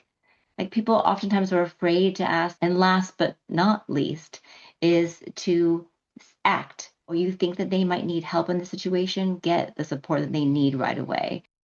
And Dr. Spector says it's important to have those conversations because you can see those warning signs. And we have more on mental health on our website, clickorlando.com. Reporting for News 6, I'm Talisa Hampton. Eye-opening. I mean, meantime, there's even a recent report that's revealing more and more young people apparently are turning to AI for therapy. This was new. A recent report in JAMA found about 13% of young people now use AI chatbots for mental health advice. And in a separate survey, 44% of people say they'd rather start with a chatbot than family, friends, or even a doctor. But while some users report positive experiences, experts say there are significant concerns with safety, privacy, and ethical standards, as well as other limitations. It is overall very generic. It does not understand the context of your life, your lived experience, your unique situation and background, something that only a trained therapist through interaction in real time with somebody would say.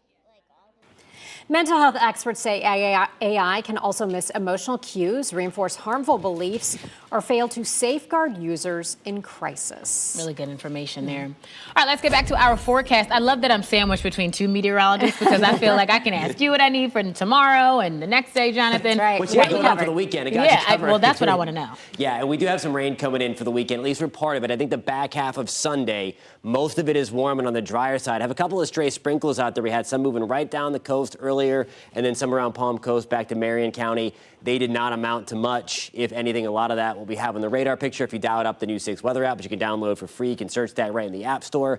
A lot of that really not reaching the ground. The air, as we all know, is super dry. They're being generated by this very weak front. This is not going to take our temperatures down any with this go around, but it may help to get even a couple of more showers, maybe a stray downpour in the mix for tomorrow before the more widespread opportunity for some rain slides in for the back half of your weekend. So here we go. There's 4 o'clock tomorrow morning.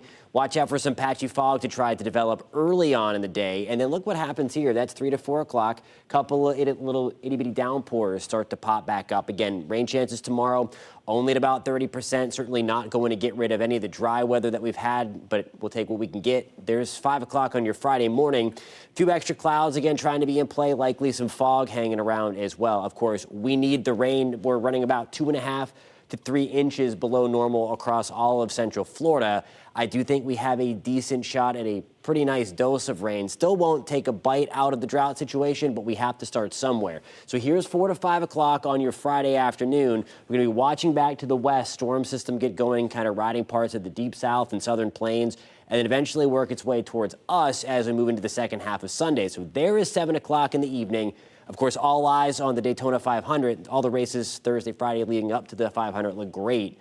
But as we get towards Sunday, as we approach the end of the race, that's when we can start to see a few showers, maybe a couple of downpours, try to sneak in Optimistic that most of this race gets in on the drier side. Right now, again, looking gorgeous in the early part of the afternoon. By race time, we should be dry with temperatures into the mid-70s. And then once we get towards that 4 to 6 o'clock window, that's where rain chances start to go up just a little bit, hoping for any kind of slowdown there, and that would allow us to get the race almost completely back in over on Sunday. Temperatures tomorrow back to the mid-70s in Mount Dora. We are at 74 in Sanford. Again, rain chances going up just a smidge, just from those few quick-hitting downpours that you saw there on the high-resolution future radar. Tomorrow we're back to the mid-70s in Ocala, 77 degrees for us in Holopah, and the warmth continues to hang around over the next 7 days. That's been the theme here. We're back into the mid-70s as we get into Friday, right around 80 degrees on Saturday. Mid-70s again in Orlando. Upper 60s for our day in Palm Coast tomorrow. Average high temperatures back into the mid-70s. So we're going to be right where we should be for this time of the year. Now, once we get towards the weekend, we're going to make a run for 80. We're going to talk much more about that, guys, coming up at about 5 o'clock. Jonathan, thank you. Open your camera app, scan the QR code you see on your screen right now, and click the link. We want to see your weather pictures, your pet pictures, your videos. They could end up on TV. I always put your pet pictures on TV. You can also go to clickorlando.com/pins and upload your pictures and videos that way. A lot of people are passionate about pickleball, but one couple is accused of taking it too far. This story is wild. This is a fight that started during a game, and then the 911 caller who rushed to get help. We'll talk about that next. Also, tired of those spam calls? I know I am. Lawmakers are talking about a new bill that would hold the telecommunications companies liable for misleading or even inaccurate caller ID information. All right, we got to bring you one more live look at Mount Dora as we talk about the beautiful weather that's here and on the way. News 6, we'll be right back after this.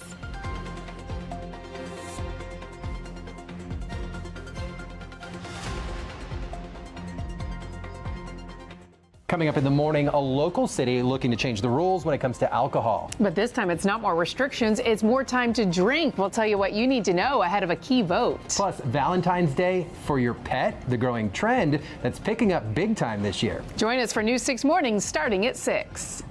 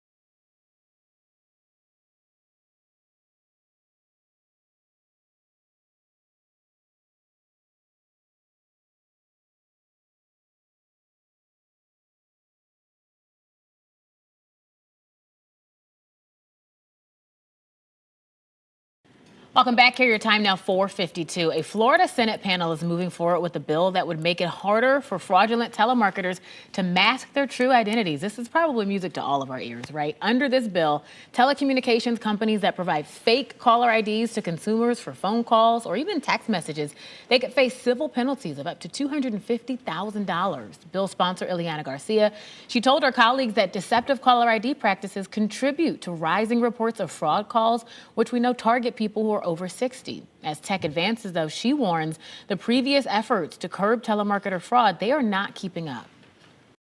We want to get ahead of this very, very advanced AI digital age where basically they are circumventing everything we currently have in place. So a similar bill has also been filed in the House, but it hasn't received a hearing. The effort is the latest attempt to stop the escalation of, again, unwanted calls as the use of internet-based telephone systems has increased. It is a busy week of launches along the Space Coast. United Launch Alliance now has its Vulcan rocket on the launch pad at Cape Canaveral. On board 3 U.S. Space Force satellites that will help with communications and national security. This is only Vulcan's 4th flight, but ULA wants to launch nearly 20 rockets this year, which would triple last year's total. The launch is currently set for early tomorrow morning. The launch window runs from 3:30 to 5:30 a.m. Meantime, SpaceX is preparing to send another group to the space station. Crew 12 is now set to launch Friday morning at 5:15. The liftoff has already been delayed twice because of weather. Leaders say teams need to make sure the Crew Dragon will be able to land safely in the Atlantic if needed. The 4 astronauts are headed up early after Crew 11 returned sooner than expected due to a medical issue. Pickleball can get competitive, but one couple is accused of getting into a fight with their opponents. This is a jaw-dropping story. It happened over the weekend. This was at the Spruce Creek Country Club in Port Orange. Now we're hearing the shocking 911 call. What did the fight start over? A game and people calling the balls out, and then tempers flared, and it's been going on for probably about 30 minutes now, and it just got out of hand. 30 minutes. Okay, so Anthony and Julianne Sapienza were arrested. An arrest report says the game got heated when Anthony accused his opponent of stepping into what's called the kitchen in pickleball. It's an area that you're not supposed to go into for the opponent. Deputies say a 70-year-old man was punched in the face. A woman was pushed to the ground. Another man was hit in the face with a pickleball paddle. Deputies say left a gash above his eye. Investigators later found that Anthony and Julianne at their home, and that's where they were arrested. Both are facing felony battery charges. They've already, however, bonded out of jail. That's why I never leave my house. No, and I'm never playing pickleball. News 6 at 5 is coming up next. All right, let's check in with anchor Matt Austin in the newsroom with a look at what's ahead. You just have to remember this rule. If you can't take the heat, you stay out of the kitchen in pickleball. That's the way it goes. So we are continuing to follow a story. This one's devastating in Marion County, where a woman and her 4-year-old daughter are dead. We went to the neighborhood where the community is just in disbelief tonight. What we're learning about the suspect, who police say knew the victims. And we're just days away from the 68th Daytona 500. Today, the media got to go one-on-one with the drivers looking to win the Great American Race. And your forecast is only minutes away. You can see the clouds, but the dryness still lingering in Central Florida. Don't forget, you can stream all of our newscasts and live cameras like this look at Daytona Beach for free anytime on News 6 Plus.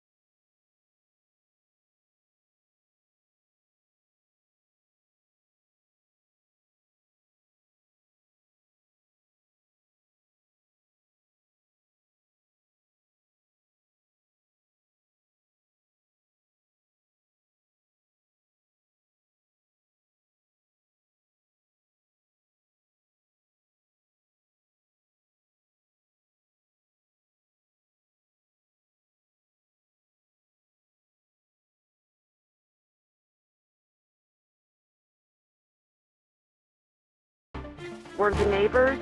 We heard gunshots. I heard gunshots. We heard gunshots. An innocent 4-year-old girl and her mother shot dead in Ocala. What we're learning about the suspected shooter who has a history with the victims. We continue to ask questions about that warehouse in Orlando that ICE might convert into a detention facility. Coming up, we take you on the journey that we took to try to get some answers. Plus, the Great American Race is just days away. The countdown to the Daytona 500. You're watching News 6 at 5. Thank you for joining us tonight. I'm Matt Austin. And I'm Lauren Melendez. We're going to begin tonight with an absolutely heartbreaking story. A 4-year-old and her mother are now dead after a shooting at a Marion County apartment complex. It all happened last night when Ocala police responded to a 911 call from neighbors. News 6's Jana Manohalal is outside that apartment now. Jana, you spoke with the victim's mother. I hear numerous gunshots, and I hear a woman screaming. She has a child. What you just heard was a 911 call from a neighbor after 4-year-old Eden Bacon and her mom, Nancy Bacon, were shot and killed by who Ocala police say was her estranged husband, Ralph Bacon. This all happened on Tuesday night when Ocala police got the 911 call. My neighbor's husband, the doors unlocked, just went in there and saw them on the ground. Y'all have got to get here. On our way to the apartment complex where this all happened, Nancy's mother spoke with us, telling us it was Eden's first day of pre-K on the day of the shooting and had been with her earlier that day. Today, we're back at the Marion Springs condominiums to try and get answers from neighbors who may have heard anything. We've knocked on multiple doors, but the only person to answer us was Jill. It's very shocking, yeah. And the fact that it's somebody I knew, it's just even more shocking. And just, like I said, just a beautiful little girl. And her mother was very protective of her. As a grandmother, how does this make you feel? Just terrible. I mean, if that was my child and grandson, I'd be devastated. I'm devastated by the fact that I knew them, and it's just so sad. I saw the boyfriend speeding out of here in his SUV. Chief Mike Balkin says that Ralph Bacon was able to be tracked by traffic cameras and was found just 7 miles north of the Georgia border during a traffic stop, where he eventually shot and killed himself during that stop. This was instrumental not only in determining his direction of travel from the scene, fleeing, but potentially to protect somebody else's life to wherever he was going. All right, so Jana Manohalal on that report for us. We'll have more details, of course, on clickorlando.com. We want to head to Volusia County now, where a man is in police custody. This was after apparently barricading himself inside of a home in South Daytona. Your Volusia County community correspondent, Molly Reed, she hustled to get to that scene. She says it all started after neighbors on Oriole Lane saw that man speeding down the street. He has also now been identified as Dana Roden. Neighbors say they confronted him, but he pulled out a gun and shot at them twice. The chief there says they were able to monitor that suspect on social media because he had posted or made several comments about this online. He eventually did come out and was arrested. Well, there has been a lot of talk ever since our reporting about ICE's interest in possibly leasing the Beachline Logistics Center in Orlando, a warehouse they're eyeing as a possible detention center. So where do things stand now? Well, your Orlando community correspondent Mike Valenti explains how he's trying to get answers, a pursuit that included getting rickrolled along the way.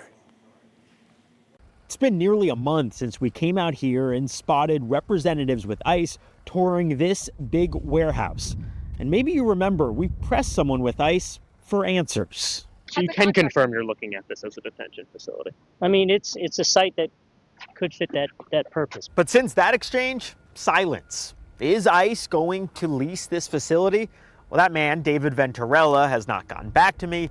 And the media folks with ICE tell me nothing has changed. We have not been able to get the Georgia-based developer TPA Group on the phone. We've left several messages that have not been returned. It wasn't just ICE representatives who were here. We also saw people with ESA South, a design build firm. Someone who answered the phone when we called ESA South told me they're not allowed to comment. Then there's HLI Partners. That's the commercial real estate firm for the Beachline Logistics Center, the warehouse in question, that is no longer posted as a listing on HLI's website.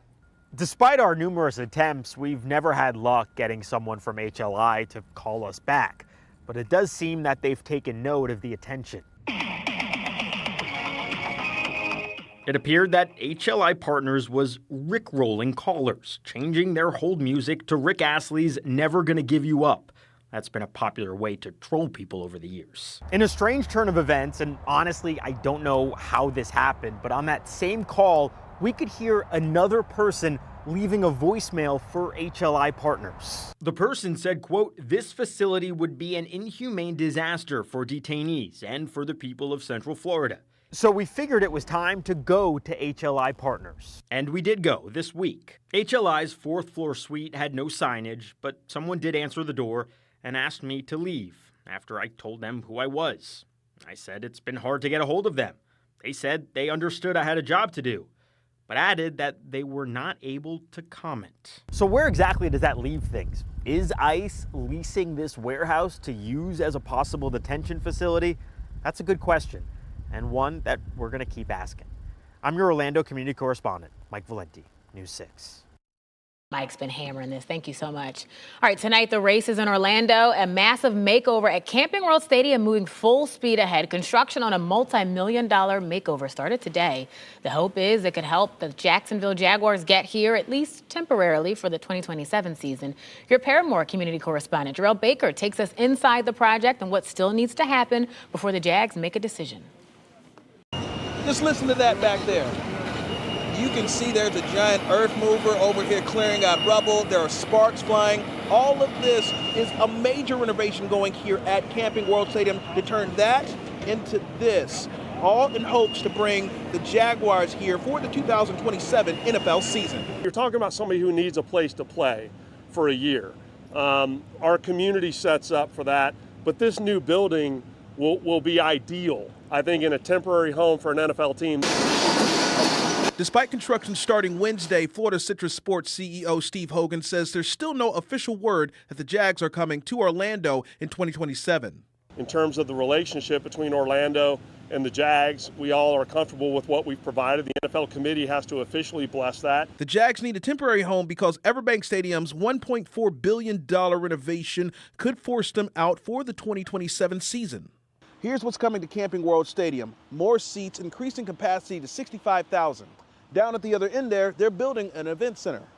And you may not be able to see inside, but they're installing a retractable stage for concerts. Total price tag, $400 million.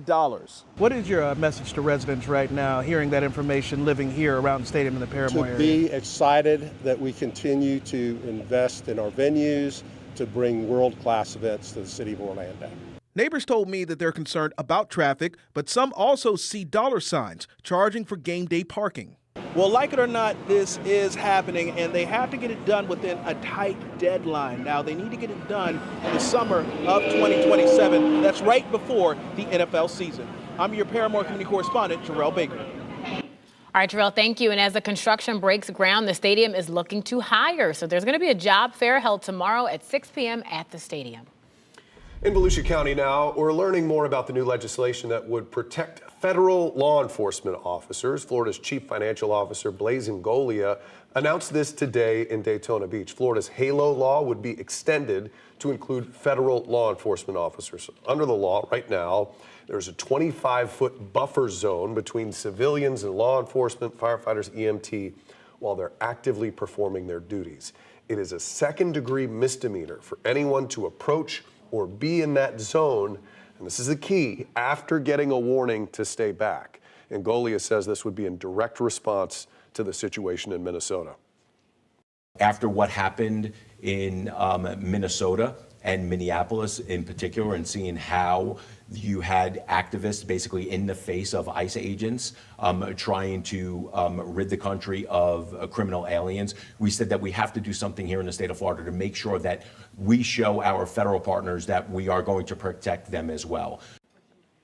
Ingoglia also announcing priority legislation to crack down on illegal immigration. He says it would stop the state from giving undocumented immigrants driver's licenses and ensure all driver's license tests are done in English.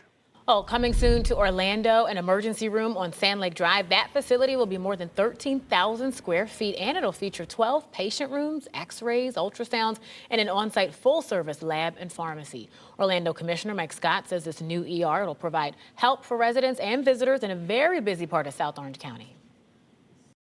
So it's not just limited to an investment in healthcare. It is an investment in the community. It's an investment in jobs. It's saying that, hey, we value you and you are important.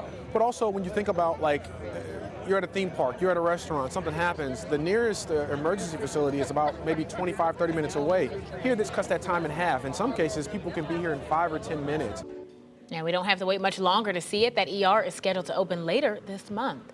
All right, the NASCAR season is officially upon us, Matt. But before those drivers can hit the track, they get a chance to unwind and get grilled by the media. Next at 5, Sports Director Jamie Say is in Daytona ahead of the Great American Race. Just a couple of very light showers hanging on the coast right now. Otherwise, we're on the drier side and think we'll see a slightly better chance tomorrow for a couple of downpours. We're going to pinpoint that part of your forecast. Look ahead to the weekend at about 5:17. All right, Jonathan, thank you. Remember, you're watching News 6 at 5. We're bringing you this gorgeous live look from our port cam at Port Canaveral. This is stuff that life is made of, folks. We'll be right back. This portion of the news is sponsored by Launch Credit Union.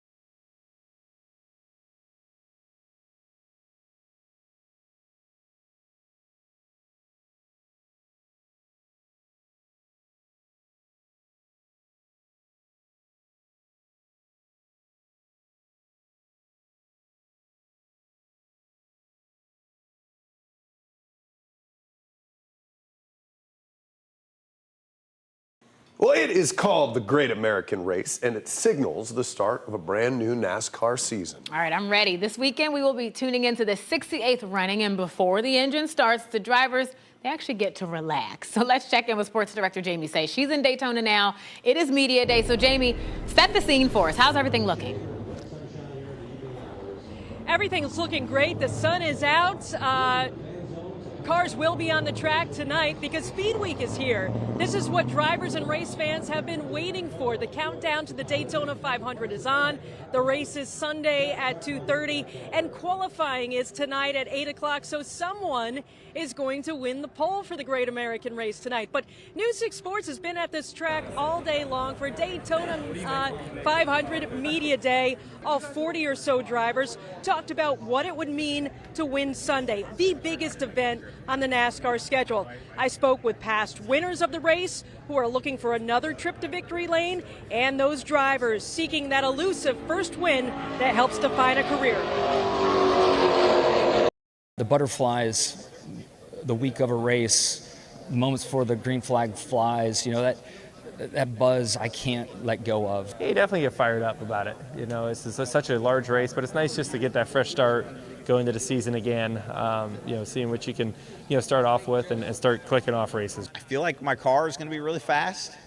There are a lot of circumstances you can't control. At some point, this is just shots on goal. Having some good runs here, but yeah, just got to put that last puzzle piece together to finish it off. Bubba Wallace, one of those drivers looking for his first win in the 500. Obviously, that race is all about the need for speed. But the News 6 Sports team, me and photojournalist Nathaniel Rivas, took a slow ride in the iconic Goodyear blimp this morning. It will be high above the 500 on Sunday. So coming up at 6, Nathaniel's perspective from the iconic Goodyear blimp. It was a fun ride, I can tell you that. But again, qualifying tonight for the Daytona 500, it's at 8 o'clock. Live at Daytona International Speedway, I'm Jamie Say, News 6.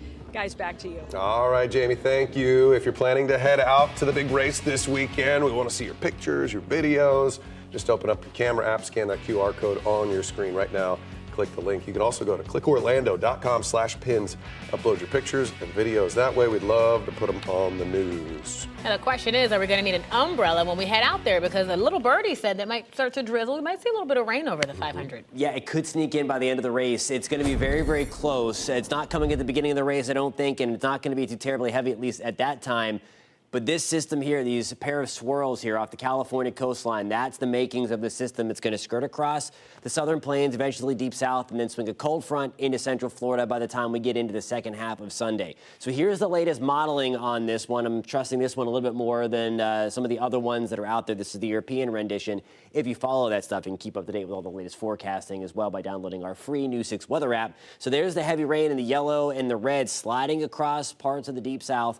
Here we go at 2 o'clock. Of course, race starts at 2:30. I think we are dry leading up. There will be a few stray showers out ahead of it as the system pulls in some moisture again from the Caribbean, from the Atlantic side. There's 7 o'clock on your Sunday evening. That's when we really start to increase rain chances.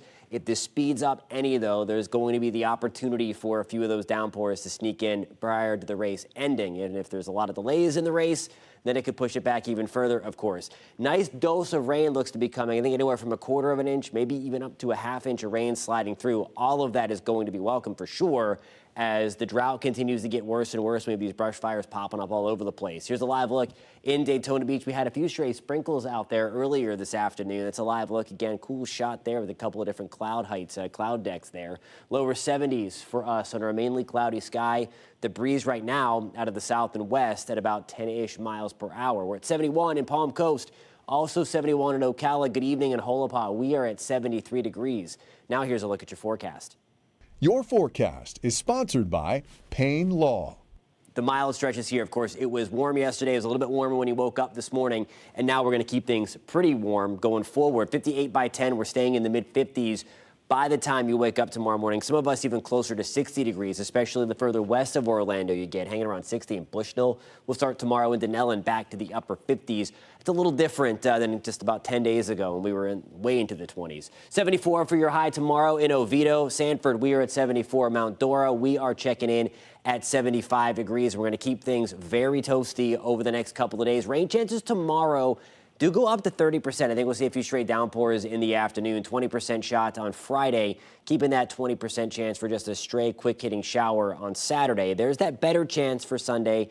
Again, I'm optimistic that most of that rain comes in after the race is over, but we are watching closely for that chance for a few of those downpours to sneak in prior to the race ending, guys. All right, thank you so much, Jonathan. Hey, one of the biggest newspapers in the country is cutting back. Yeah, the Washington Post laying off 1/3 of its workers.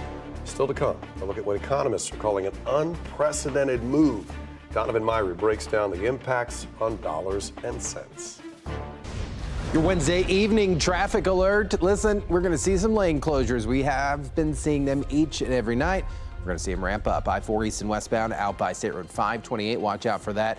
And this is a full closure scheduled. We've had the northbound shut down. Now we have southbound shut down this week. I'm talking about the Florida Turnpike down in Osceola County. Everyone comes off at Osceola Parkway. Make sure you're paying attention. And then some ramp work going on over here at US 192 out on the east side in Melbourne at 192 at I-95. You cannot hop on overnight. They'll have the detour set up. Just make sure you're paying attention. I'm Trooper Steve with the News 6 traffic alert. Drive safely. I'll catch you in the morning. And a quick live look at downtown Orlando, courtesy of our Light Orlando delivering Hope camera. We've been talking about the beautiful weather. The best part about it is it sticks around. You're watching News 6 at 5. We'll be right back.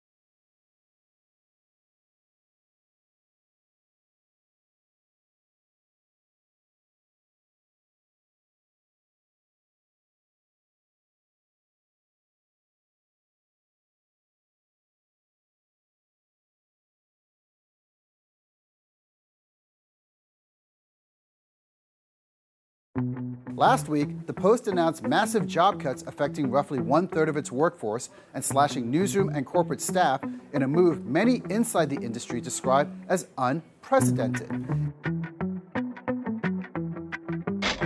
Entire sections of the 148-year-old paper are being eliminated or sharply reduced, including sports, books coverage, and some international reporting. Also facing deep cuts, the paper's local and metro desks. Executive editor Matt Murray says the layoffs are part of a painful restructuring aimed at cutting costs and adapting to a rapidly changing media landscape. What makes the Post layoffs especially striking is that not all major newsrooms are shrinking. Outlets like the New York Times and the Wall Street Journal have managed to grow or stabilize by expanding digital subscriptions, games, lifestyle products, and niche coverage. Others, including the Washington Post, have struggled to replace lost advertising revenue and slowing subscriber growth. For years, the Post was seen as nearly bulletproof, especially after its explosive digital growth during the Trump era. But that surge faded as reader habits shifted and competition for attention intensified. Industry veterans say the scale of these layoffs sends a sobering message. Prestige no longer guarantees protection, and even the most storied newsrooms are being forced to dramatically rethink how they operate. Here's the consumer takeaway. Fewer reporters and fewer beats likely means less local coverage, fewer investigations, and a narrower range of stories for readers, even at nationally known outlets. The Washington Post layoffs underscore a broader reality. The economics of journalism are changing fast, and the traditional news model is still searching for a sustainable future. For Dollars and Cents, I'm Donovan Myrie.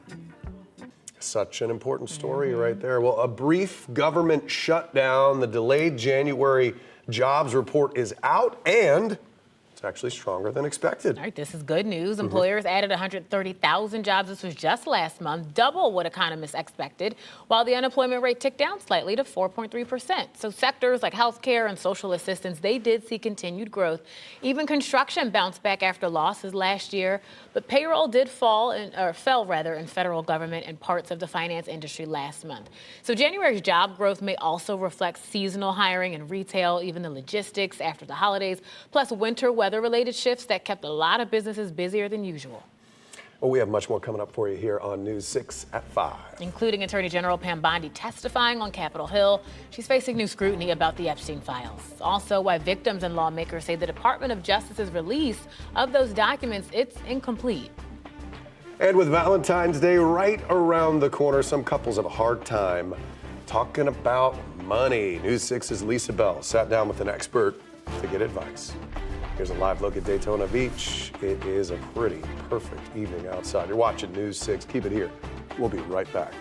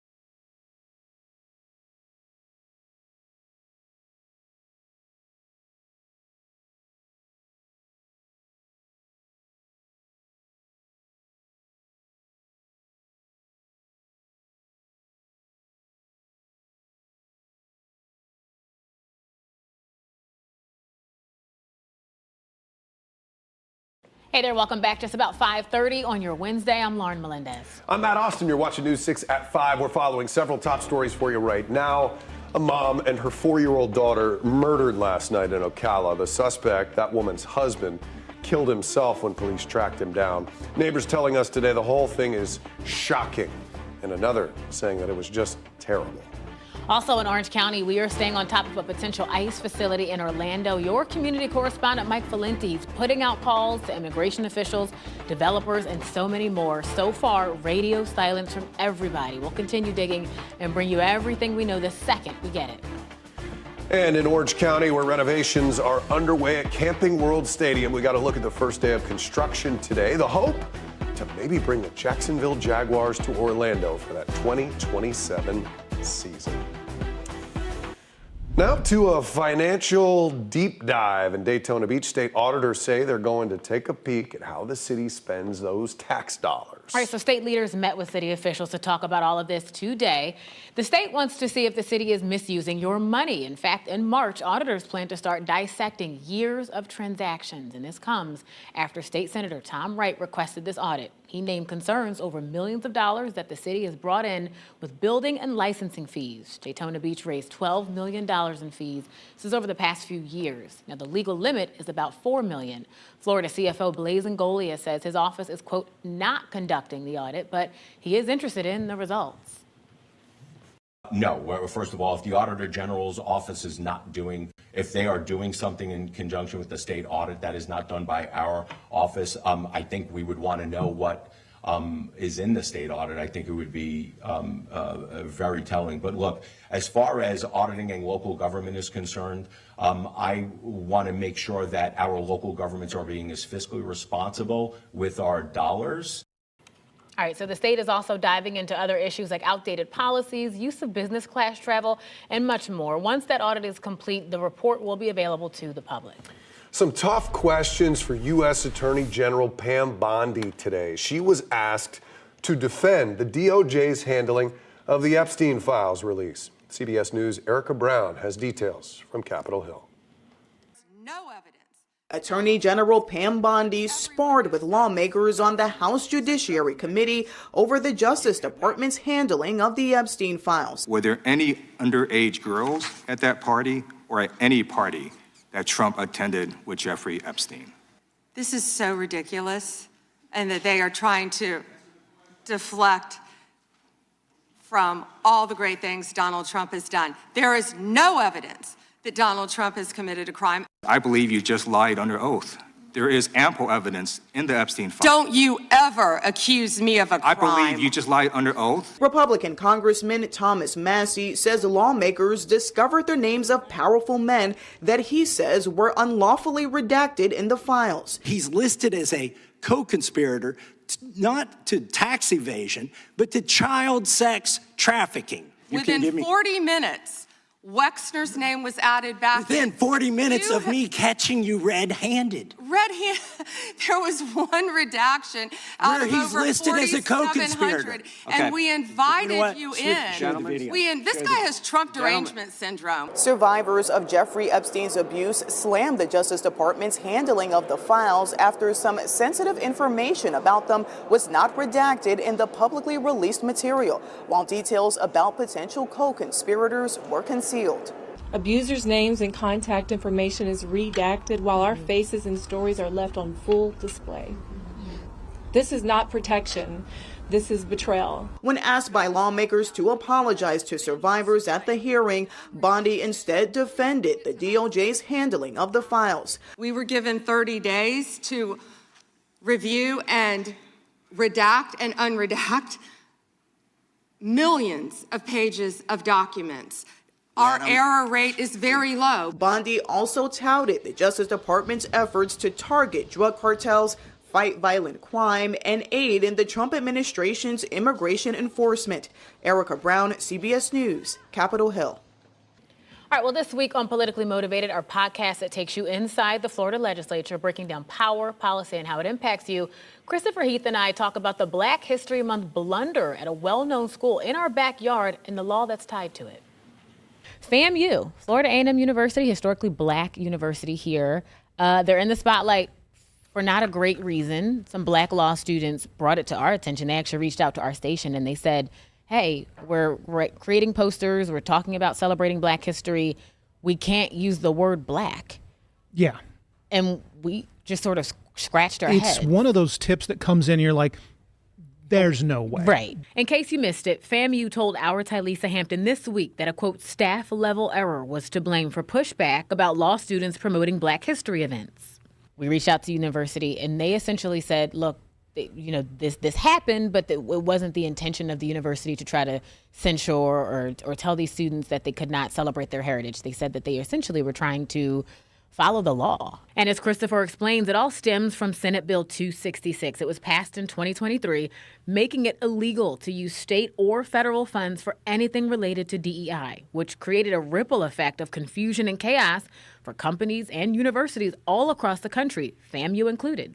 Okay, well, diversity, equity, and inclusion is a lot of things. Right. And so now you have universities, FAMU being an example, latest example. They're like, we're trying to comply. We don't know what it means to comply. So rather than risk running afoul of this very vague law, what we're going to do is we're just going to restrict everything. So we got all the details about that story, plus the wild comments surrounding the Tampa Bay Lightning's new Black history-themed jerseys and the latest ICE crackdown here in Central Florida, right on clickorlando.com or on News 6 Plus. All you have to do is type in politically motivated. All right.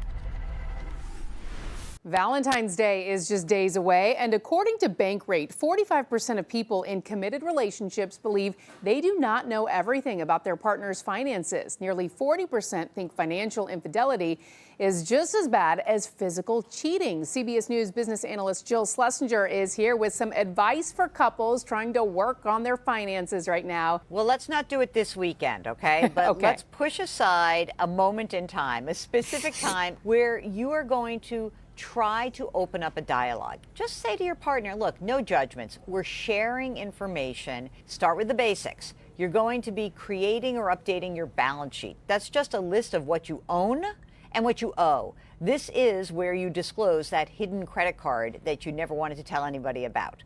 Then the next step. Do you have a system to track your cash flow? If not, let's do that. Let's see where the money is going. Then we can come back together after 90 days and say, is this really how we want to be spending the money? Well, Jill, oftentimes just one person in the relationship takes care of the money, pays the bill, does all the things. Is that okay? I think it's okay to work towards one person's strength. I really do. But what is not okay is to have the uninvolved spouse just say, I'm going to put my head in the sand. Because if something happens to your partner, your husband, your wife, you have to know, well, this is how we pay the bills. These are the logins. This is where the investments are. I think it's a good practice to try to meet up twice a year, maybe right after tax filing season and then again at the end of the year. Again, you don't have to do the actual day-to-day or investing, but you have to know where everything is. What should you do if it seems like every conversation about money leads to a fight? Then you may want to go to a third party, an expert, a certified financial planner or a CPA to set some common goals, to navigate the emotions with you guys and find solutions that can work for you. I like that idea. Great advice. As always, Jill, thank you. You can see Jill regularly on CBS Mornings and the CBS Evening News. I love how Jill says to check in around tax time. Yeah, she says You twice. got a little bit more money. Maybe. She says twice a year. I feel like maybe a little more than that would be a Up that good number idea. a bit, yeah. All right, so we have brought you some traffic complaints, but today we're doing something a little bit different. So we're highlighting some of the people who make traffic safety work every day. Seminole County Sheriff's Office celebrated their crossing guards last Friday, and today Trooper Steve on patrol shows us a look inside the celebration. If you know a crossing guard, you know what I'm talking about. Every single one of them are the coolest people. They've got great stories, whether they're young or old. They all just truly love people. So come with me inside. So inside this event, we'll have over 150 attendees, but check it out. Every single crossing guard assigned to Seminole County is employed through the Seminole County Sheriff's Office. So they're a pretty tight-knit group. We're complete safety. Safety is our job. Okay. So even in the area that we're in, we're making sure nothing looks suspicious, everybody's okay. If there's Another any set of problems, eyes basically out there. Exactly, and see something, say something is the slogan.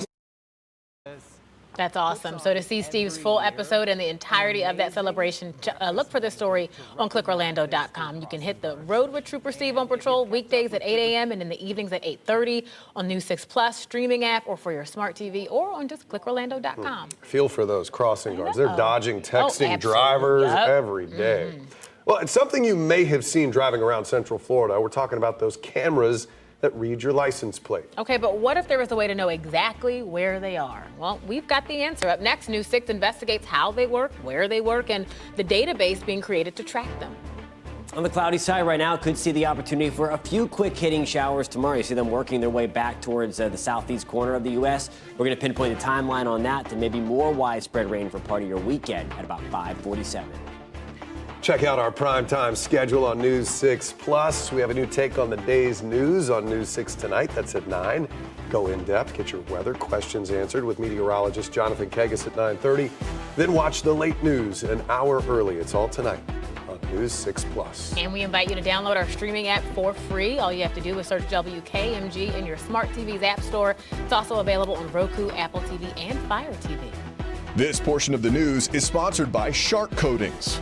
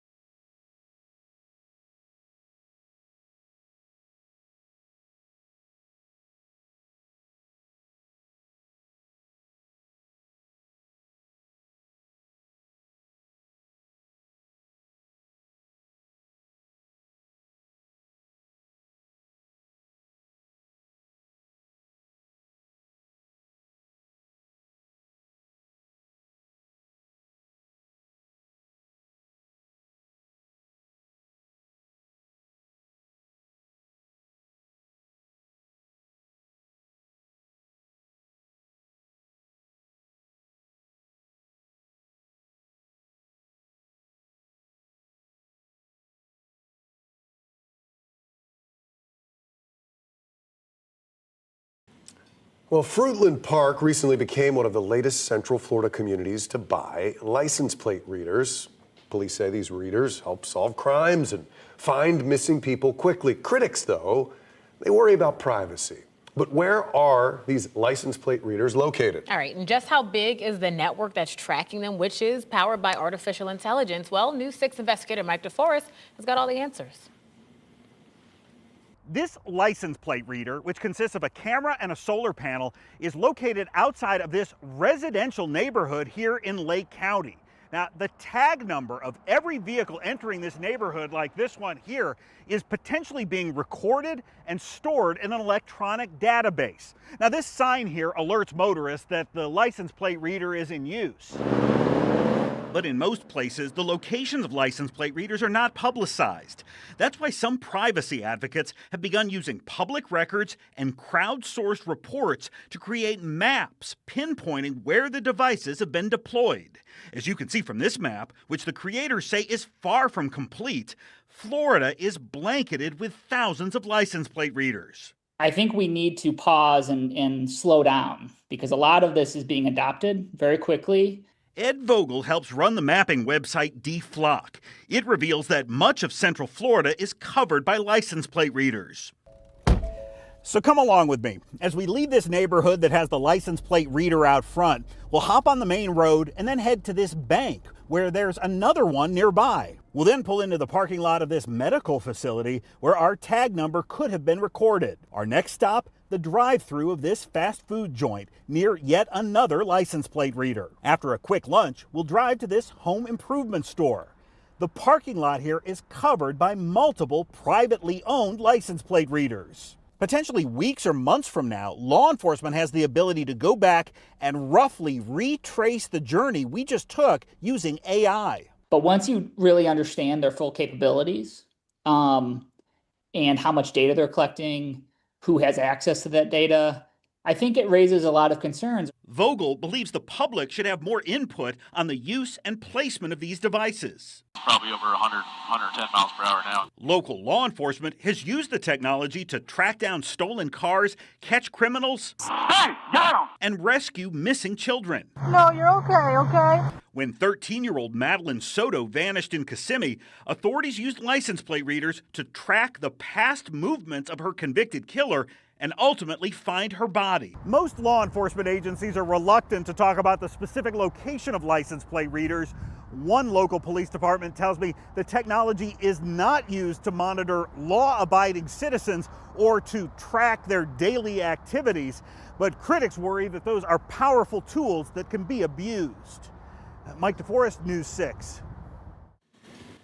All right, time now to check in with meteorologist Jonathan Kegas. Jonathan, we have had dry weather for a while here, and is that going to stick with us? I think we at least have the opportunity for a few showers starting tomorrow. And then the bigger deal that we're tracking is coming towards the end of the weekend. Not going to be a drought buster by any means, but we're going to take what we can get, obviously. Had a couple of those stray showers sneak in here earlier today, especially for us in Flagler, Marion County. They were very light, few and far between. Most went without seeing anything as expected. But there's a little line here, weak little front. You see it just south of Atlanta, right around Mobile. That's going to drop down tomorrow and give us the opportunity to get in on some of those quick-hitting showers, maybe even a healthy downpour. Once we get into tomorrow afternoon, they will be few and far between. It's not widespread. The Sunday and the Monday deal, that's the bigger opportunity for some rain. There's 4 to 5 o'clock on your Thursday morning, maybe some patchy fog out there to start. We should be dry. And then this is what I'm talking about. You see things light up a little bit. That's 2 to 3 o'clock tomorrow afternoon as that front swings down through Central Florida. A couple of stray downpours in the mix. Again, they will be few and far between. Most of us will go without seeing anything. That's 6 o'clock on your Friday morning. We're starting things off dry again, just with a stray shower along the coast. We're dry along the coast right now. Look at this shot. Gorgeous tonight as the sun is going down. Live look with our Launch Credit Union camera. Port Canaveral, Brevard County. Temperatures right now a nice and comfortable 70 degrees. The breeze at about 5 miles an hour under that mainly clear sky right along the coast. Titusville, good evening. We are at 75. Wildwood, we fall into the upper 60s. The Villages, we are back to 71 degrees. Now here's a look at your forecast. Your forecast is sponsored by Advent Health. Tomorrow morning, we are starting things off very mild, right around 60 degrees. It has been a long time since we've been this warm to start the day. 58 in Daytona, 59 degrees in DeLand. Tomorrow afternoon, we're back in the same ballpark we've been over the past couple of days, especially today. We're back to the mid-70s in Orlando, 74 in Oviedo. And again, we will see the extra clouds out there, the opportunity for a few of those quick-hitting downpours once we get into the afternoon through the early evening. The one thing that does stay with us is the warmth. Again, we're building into the mid-70s over the next couple of days. Over the weekend, we're back to around 80 on Saturday, 82 on Sunday. A touch cooler, seasonable behind that system that could bring us the rain again, likely will, Sunday night into Monday. And then beyond that, we are really going to warm things up. It's all because of this guy here. Big chunk of high pressure building over Mexico. This little ripple that you see, that blue shaded area, that's a dip in the jet stream. That's what's going to help to push that rain chance back into Central Florida for part of the weekend again, mainly for the second half of Sunday and into Monday. Optimistic that the Daytona 500 does get in, but just watching closely for any kind of timing changes for the latter part, finishing things up with a race. 20% shot for a quick hitting shower on Friday or Saturday. Most of us are dry. 40% chance on Sunday. That bleeds into a little bit of your Monday morning, guys. Jonathan, thank you. Well, a threat to a school could be a cry for help. So mental health experts say checking in on your teens, it is crucial. Up next, we sat down with one of those experts with the 3 warning signs you should be aware of in your teens and what you can do to support them. Coming up in the morning, a local city looking to change the rules when it comes to alcohol. But this time it's not more restrictions, it's more time to drink. We'll tell you what you need to know ahead of a key vote. Plus, Valentine's Day for your pet, the growing trend that's picking up big time this year. Join us for News 6 Mornings starting at 6.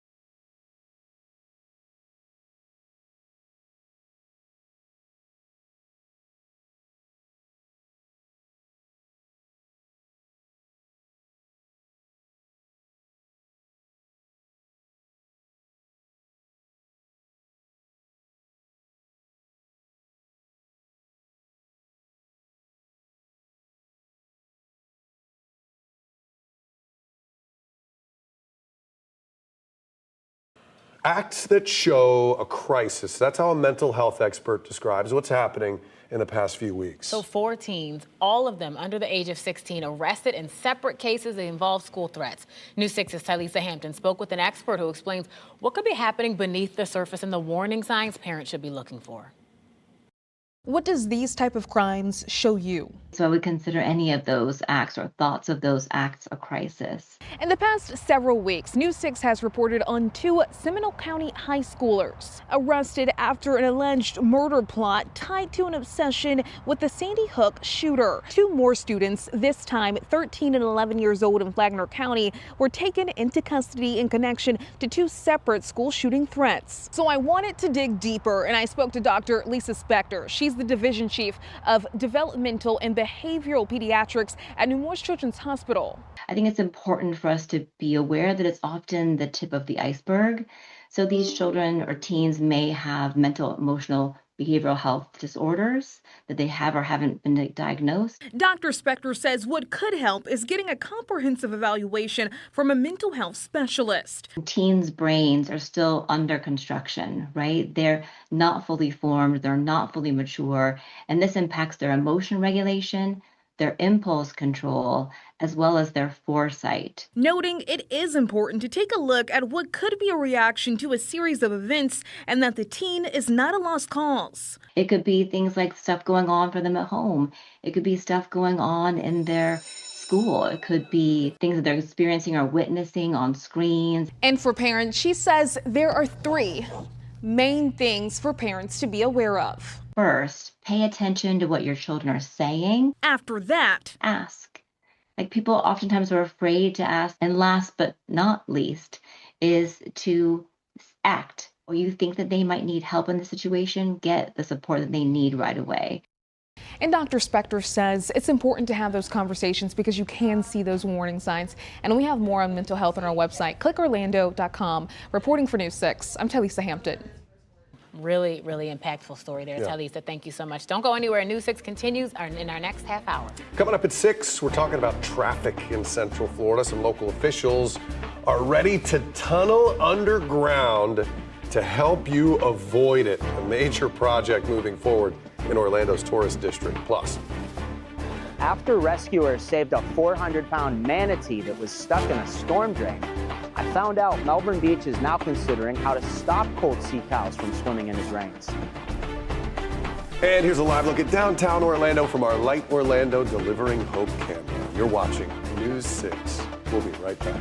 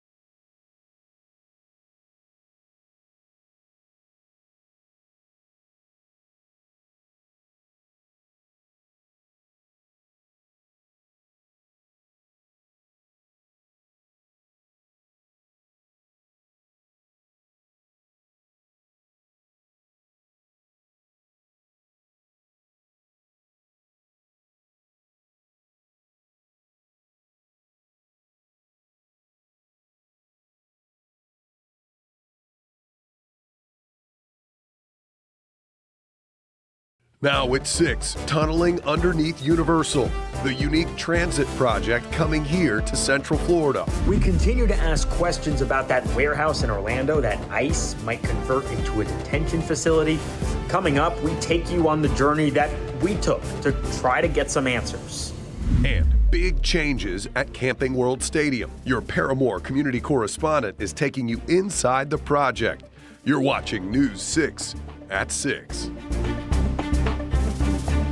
Welcome to News 6. Glad you're with us tonight. We want to get a start with your weather and meteorologist Jonathan Kegas. We have cloudy skies, but those clouds aren't doing a whole lot right now, Jonathan. They aren't. Yeah, I had a couple of sprinkles sneak in here across part of Central Florida, most without seeing it. The radar, if you had the News 6 weather app, it's a free download, by the way, of showing some green on it. Most of that was evaporating before it got to the ground. Now, back off towards our north, we do have a couple of downpours along a weak front. It's not going to change our temperature any as it crosses tomorrow, but it will increase the opportunity for a little bit of rain tomorrow, up to 30% for your Thursday. On the lower side for Friday and Saturday, most of us will be on the dry side. And then you see on Sunday, that's the bigger system that we are watching. Potentially, as we get towards the second half of Sunday, some of that rain, though, might sneak in for the end of the Daytona 500. So I'm watching that system very, very closely. What is also new today, Brevard County has been added to the burn ban. Of course, you don't need me to tell you that we need some rain out there.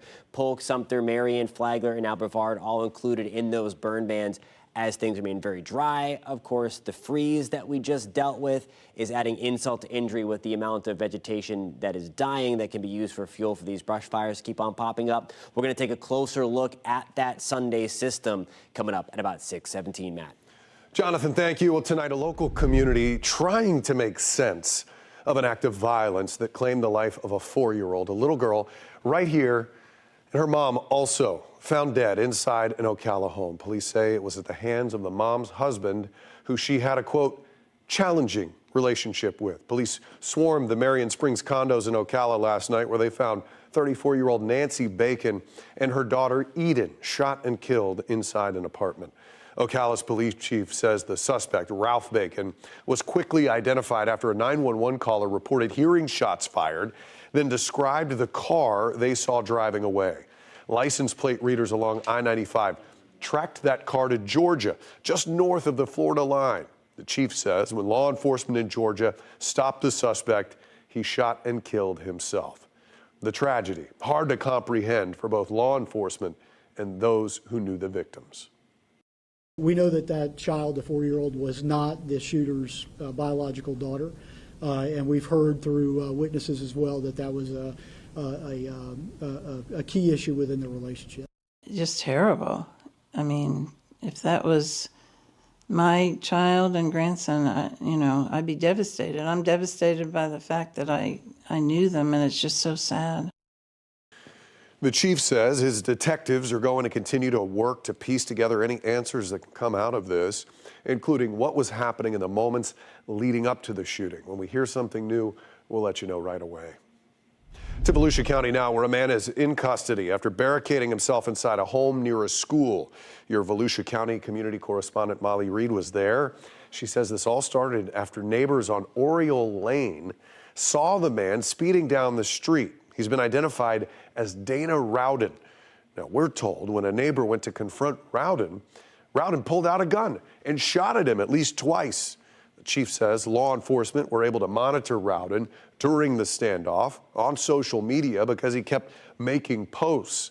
South Daytona Elementary did alter its dismissal procedures due to the police activity. Fortunately, no one was hurt.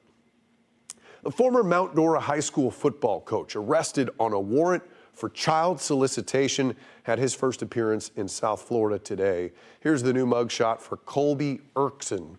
He was transferred to Broward County following his arrest in Seminole County last week. A father down in Plantation says Erskine groomed his 15-year-old daughter, eventually sending her explicit texts and photos. He was hired just months ago at Mount Dora High School. Leaders with Lake County Schools say once they learned about the arrest, they dismissed him from his position. After his hearing today, he was given a $500,000 bond. Well, is ICE opening a detention center in Orlando or not? There's been a lot of talk ever since our reporting about the federal government's interest in possibly leasing the Beachline Logistics Center on Transport Drive. So where do things stand now? Well, your Orlando community correspondent, Mike Valenti, explains how he's trying to get answers, a pursuit that included getting rickrolled along the way. It's been nearly a month since we came out here and spotted representatives with ICE touring this big warehouse. And maybe you remember, we pressed someone with ICE for answers. So you can confirm you're looking at this as a detention facility? I mean, it's a site that could fit that purpose. But since that exchange, silence. Is ICE going to lease this facility? Well, that man, David Venturella, has not gotten back to me. And the media folks with ICE tell me nothing has changed. We have not been able to get the Georgia-based developer TPA Group on the phone. We've left several messages that have not been returned. It wasn't just ICE representatives who were here. We also saw people with ESA South, a design build firm. Someone who answered the phone when we called ESA South told me they're not allowed to comment. Then there's HLI Partners. That's the commercial real estate firm for the Beachline Logistics Center, the warehouse in question, that is no longer posted as a listing on HLI's website. Despite our numerous attempts, we've never had luck getting someone from HLI to call us back. But it does seem that they've taken note of the attention. It appeared that HLI Partners was rickrolling callers, changing their hold music to Rick Astley's Never Gonna Give You Up. That's been a popular way to troll people over the years. In a strange turn of events, and honestly, I don't know how this happened, but on that same call, we could hear another person leaving a voicemail for HLI Partners. The person said, quote, "This facility would be an inhumane disaster for detainees and for the people of Central Florida." So we figured it was time to go to HLI Partners. And we did go this week. HLI's 4th floor suite had no signage, but someone did answer the door and asked me to leave after I told them who I was. I said it's been hard to get a hold of them. They said they understood I had a job to do, but added that they were not able to comment. So where exactly does that leave things? Is ICE leasing this warehouse to use as a possible detention facility? That's a good question, and one that we're going to keep asking. I'm your Orlando community correspondent, Mike Valenti, News 6. All right, let's take a live look over Camping World Stadium. This is from our Light Orlando Delivering Hope camera. This is not Orlando. This is Las Vegas that we're looking at. And so this is an interesting thing here, okay? This is Las Vegas that we're looking at. And today, Elon Musk's Boring Company, turns out it built something under there in that bustling area of Las Vegas. Today, the Boring Company was chosen to connect Universal's theme parks. It's actually the same company behind the tunnels in Las Vegas that you can see right behind me. Now things are starting to line up. News 6's Alex Cook is at Universal tonight explaining what this means for families and fans looking to skip Central Florida's notorious traffic. I'm here right outside Universal Orlando Resort, which Google Maps says is about 4 miles to Epic Universe, their brand new theme park across town. To get there, I'd have to sit in traffic or take a shuttle or bus, but that all may soon be changing. That's because just today, the decision was made to move ahead with Elon Musk's The Boring Company to possibly make underground tunnels that would connect the 2 Universal theme parks. I'd like to go ahead and make a motion to adopt the resolution 2026-04 with the highest rated vendor, which is the Boring Company. I'll second that. All those in favor say aye. Aye. Any opposed? Motion carries. With that vote, the Boring Company was officially chosen to build and maintain transportation and infrastructure between Universal and Epic Universe. We haven't seen their plans yet, but the Boring Company is famous for building underground tunnels, such as the Las Vegas Loop. Looking back at the request, there was focused on, obviously, for the Epic, primarily Epic to City Walk, that connection between the new park. Brian Gutierrez works for Glideways, one of the companies the board passed on when they picked the Boring Company for the project. He says speed of construction is a top priority. Tunnels typically are very slow to build. The Boring Company talks about building very quickly. I defer that question to them on their speed that they plan. Now, I did ask the Boring Company what their specific plans are for Orlando. I haven't heard back yet, but in the meantime, I've been out here speaking to tourists about their reactions about whether this sounds like a good idea to get around all that Orlando traffic. I think it'd be a great idea. It'll cut down on traffic everywhere around here. You're gonna save time also. You're gonna have also the best opportunity to do the boat. So no, I think it's a good idea. In Orlando, Alex Cook, News 6. Feels like it could be soggy down there. Who knows? NASCAR set to open its season in front of a sellout crowd. We're counting down to the Daytona 500. And a manatee trapped in a storm drain in Central Florida, making national headlines this week. How county officials are protecting other manatees from similar fates. Good evening. Tonight, we're digging into that odd decision overnight to ground all flights around El Paso. Planes are now back in the skies, but the official explanation involving drones and a laser weapon leaves a lot of new questions. What we're learning tonight ahead on the CBS Evening News. This portion of the news is sponsored by Advent Health.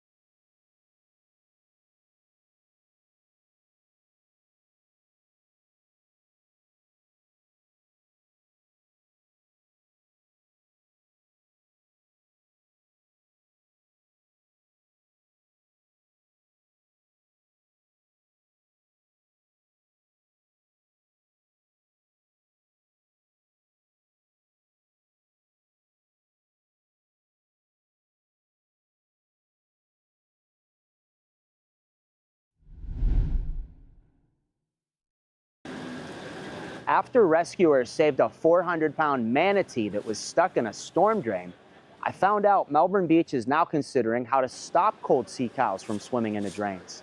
Monday was actually the new town manager's first day. What a first day on the job. Welcome to Melbourne Beach. Thank you so much. So I asked Marie Smith, what's the early plan to prevent something like this, which has happened before in Brevard County, from happening again? Can you just tell me what's being discussed? We want to make sure that we have the appropriate protections in place, whether it be grates or ballards, pilings, or whatever it may be. Taking any inspiration from Satellite Beach, something like this happened with 19 manatees back in 2015. Did you hear about that?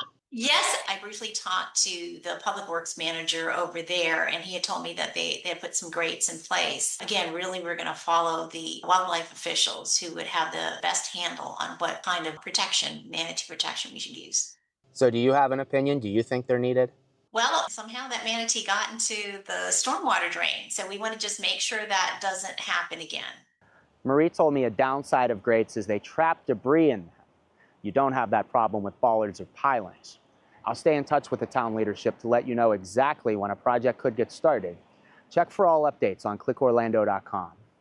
In Brevard County, I'm your Melbourne Beach community correspondent, James Sparvero, News 6. All right, let's take a live look over Camping World Stadium. Really a gorgeous night from our Light Orlando Delivering Hope cam. Big changes happening at that stadium that will not only have an impact on the facility, but also in the neighborhood that surrounds it. Now, the hope is the multi-million-dollar makeover could help land the Jacksonville Jaguars here, at least temporarily, for the 2027 season. Your Paramore community correspondent, Jarrell Baker, takes us inside the project and shows us what still needs to happen before the Jags make their final decision. Just listen to that back there. You can see there's a giant earth mover over here clearing out rubble. There are sparks flying. All of this is a major renovation going here at Camping World Stadium to turn that into this, all in hopes to bring the Jaguars here for the 2027 NFL season. You're talking about somebody who needs a place to play for a year. Our community sets up for that, but this new building will be ideal, I think, in a temporary home for an NFL team. Despite construction starting Wednesday, Florida Citrus Sports CEO Steve Hogan says there's still no official word that the Jags are coming to Orlando in 2027. In terms of the relationship between Orlando and the Jags, we all are comfortable with what we've provided. The NFL committee has to officially bless that. The Jags need a temporary home because Everbank Stadium's $1.4 billion renovation could force them out for the 2027 season. Here's what's coming to Camping World Stadium. More seats, increasing capacity to 65,000. Down at the other end there, they're building an event center. And you may not be able to see inside, but they're installing a retractable stage for concerts. Total price tag, $400 million. What is your message to residents right now, hearing that information, living here around the stadium in the Paramore area? To be excited that we continue to invest in our venues to bring world-class events to the city of Orlando. Neighbors told me that they're concerned about traffic, but some also see dollar signs charging for game day parking. Well, like it or not, this is happening, and they have to get it done within a tight deadline. Now, they need to get it done in the summer of 2027. That's right before the NFL season. I'm your Paramore community correspondent, Jarrell Baker. Ooh, that's a quick turnaround. We'll see if it happens. New at 6 now, there could be more opportunities to catch that prized red snapper in the Atlantic this season. NOAA announcing today that it's accepting requests to hand over management of red snapper season in the South Atlantic to 4 states: Florida, Georgia, South Carolina, and North Carolina. Governor Ron DeSantis has said in the past he wants to take over the Atlantic red snapper season and expand it from 2 days to 39. Next up in this process comes a 25-day public comment period where you can weigh in. Then the South Atlantic Fishery Management Council meets in early March. DeSantis wants to see Florida take over the Atlantic red snapper season by May of this year. We'll keep you posted. Time now to check in with your meteorologist, Jonathan Kegas, for a look at what is going on in the big picture here of this weather situation. Jonathan, I know it's been too dry out. Way too dry, and that freeze didn't help things. It helped accelerate the dryness across a lot of the state of Florida right now. We do have some clouds around. We had a couple of very light showers across the state earlier today across parts of central Florida. We have more underneath the clouds back toward Atlanta, and that's what's actually going to increase our rain chances just a little bit tomorrow afternoon. We're going to have rain chances of about 30% tomorrow. Now, the bigger thing that we are watching for potentially to sneak in prior to the end of the Daytona 500, certainly by the end of the weekend, it's this system here. You see the moisture streaming in off the Pacific into the desert Southwest and a couple of little swirls. Those two guys are going to combine and then work their way across the southern tier of the country and eventually bring a cold front through parts of central Florida that will increase our rain chances by Sunday into Monday. So here is that storm coming together as we fast forward through Saturday. That's going to be 11 o'clock. You see a big system rolling through parts of Texas, Arkansas, into Missouri, and then it continues to work its way closer to Florida as we get into Sunday. There's 2 o'clock right before the race starts. I think we're pretty dry Saturday into Sunday to start. It's once we get towards the back half of the race, I think as the race becomes to an end, we're going to look for the opportunity for a few downpours to sneak in. I think the steadiest stuff comes in late Sunday night into the early part of Monday morning. So it's going to be a very, very close shave there, keeping a close eye on this one for sure for the end of the Daytona 500. Rain opportunity, again, pretty decent, 1/4 of an inch, maybe up to a 1/2 inch of rain as we move from Sunday into the early part of Monday. Certainly won't bust a drought, but we will definitely take that. That's a great start to help eroding some the dryness away. Daytona Beach, live look for us. You certainly see the clouds overhead. I showed you on satellite. We're right around 70 degrees. Under that mainly cloudy sky, the breeze out of the southwest at about 5 to 10 miles an hour, hanging around 70 in Palm Coast. Also that mark in Leesburg. Good evening in Holopah. We're at 71. Palm Bay, we're at 72 degrees. Now here's a look at your forecast. Your forecast is sponsored by Strata Services. Temperatures tonight back to the mid-60s. Any kind of sprinkle opportunity left us about a couple hours ago. We're at 58 by 10, mid-50s by 4 o'clock in the morning. We'll start things off very mild. We didn't have highs in this territory last week. Now we're starting things off into the upper 50s to right around 60 degrees. That'll put us back into the mid-70s tomorrow on the relatively cooler side, at least where we're heading over the next couple of days, due to the fact we are going to keep the extra clouds around and rain chances going up a little bit to 30%. Still think most of us are dry, but there should be a few quick-hitting showers in the mix. 20% chance for a few of those showers on Friday, back to a 20% shot on Valentine's Day as well. There's that higher opportunity for the second part of Sunday into Monday, Matt. Jonathan, thank you. News 6 Sports Director Jamie Say is at the Daytona International Speedway. There's a little something going on there coming up. Jamie?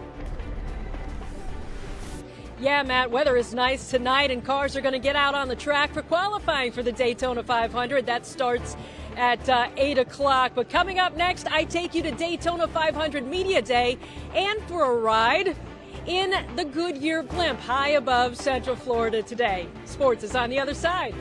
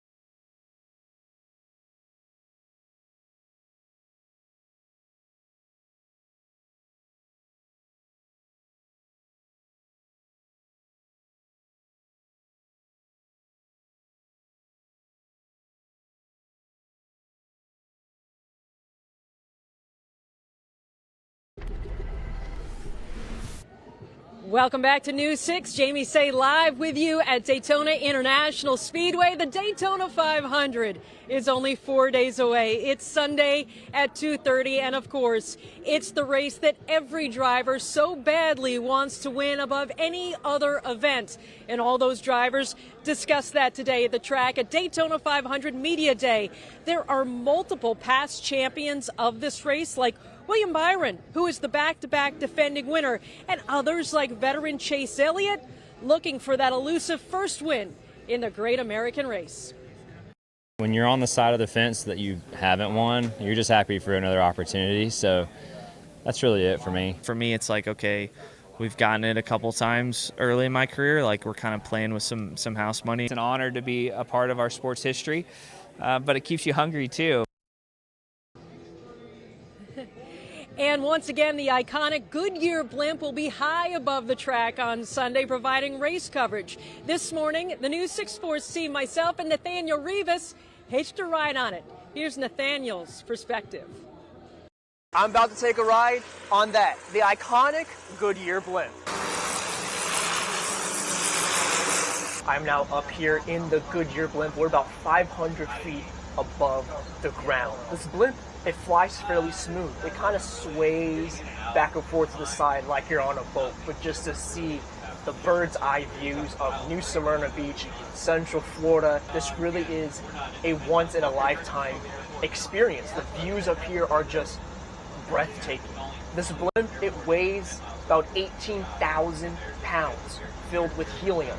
But there's carbon fiber around it. It's a 3-layer fabric on the outside of the balloon to make it durable. Back down on ground level after riding the Goodyear blimp, it was a smooth ride. We went about 30 knots in the air, keep an eye on the sky during the Daytona 500 for the Goodyear blimp. I'm Nathaniel Rivas in New Smyrna Beach. It was such a cool ride this morning. Like Nathaniel said, a once-in-a-lifetime opportunity. The cars will get on the track tonight at Daytona for qualifying. Somebody is going to win the pole for Sunday's Great American Race. Live at Daytona International Speedway, I'm JB Say, News 6. Matt and Jonathan, back to you. Jamie, it just seems like looking at your live shot, the weather could not be more perfect out there. Is it as good as it looks? It is primo weather. There's a nice breeze, little chill in the air, but that is fine. You just bundle up. But it's perfect for qualifying. It's going to be great tomorrow for the duels tomorrow night. Those will set the starting grid for the 500. Sunday, we've got our fingers crossed, guys. Yeah, that's up to you, buddy. Jamie Say, thank you very much. All right, more news for you. Coming up at 9 o'clock on clickorlando.com and the News 6 streaming app. We hope you have yourself a fantastic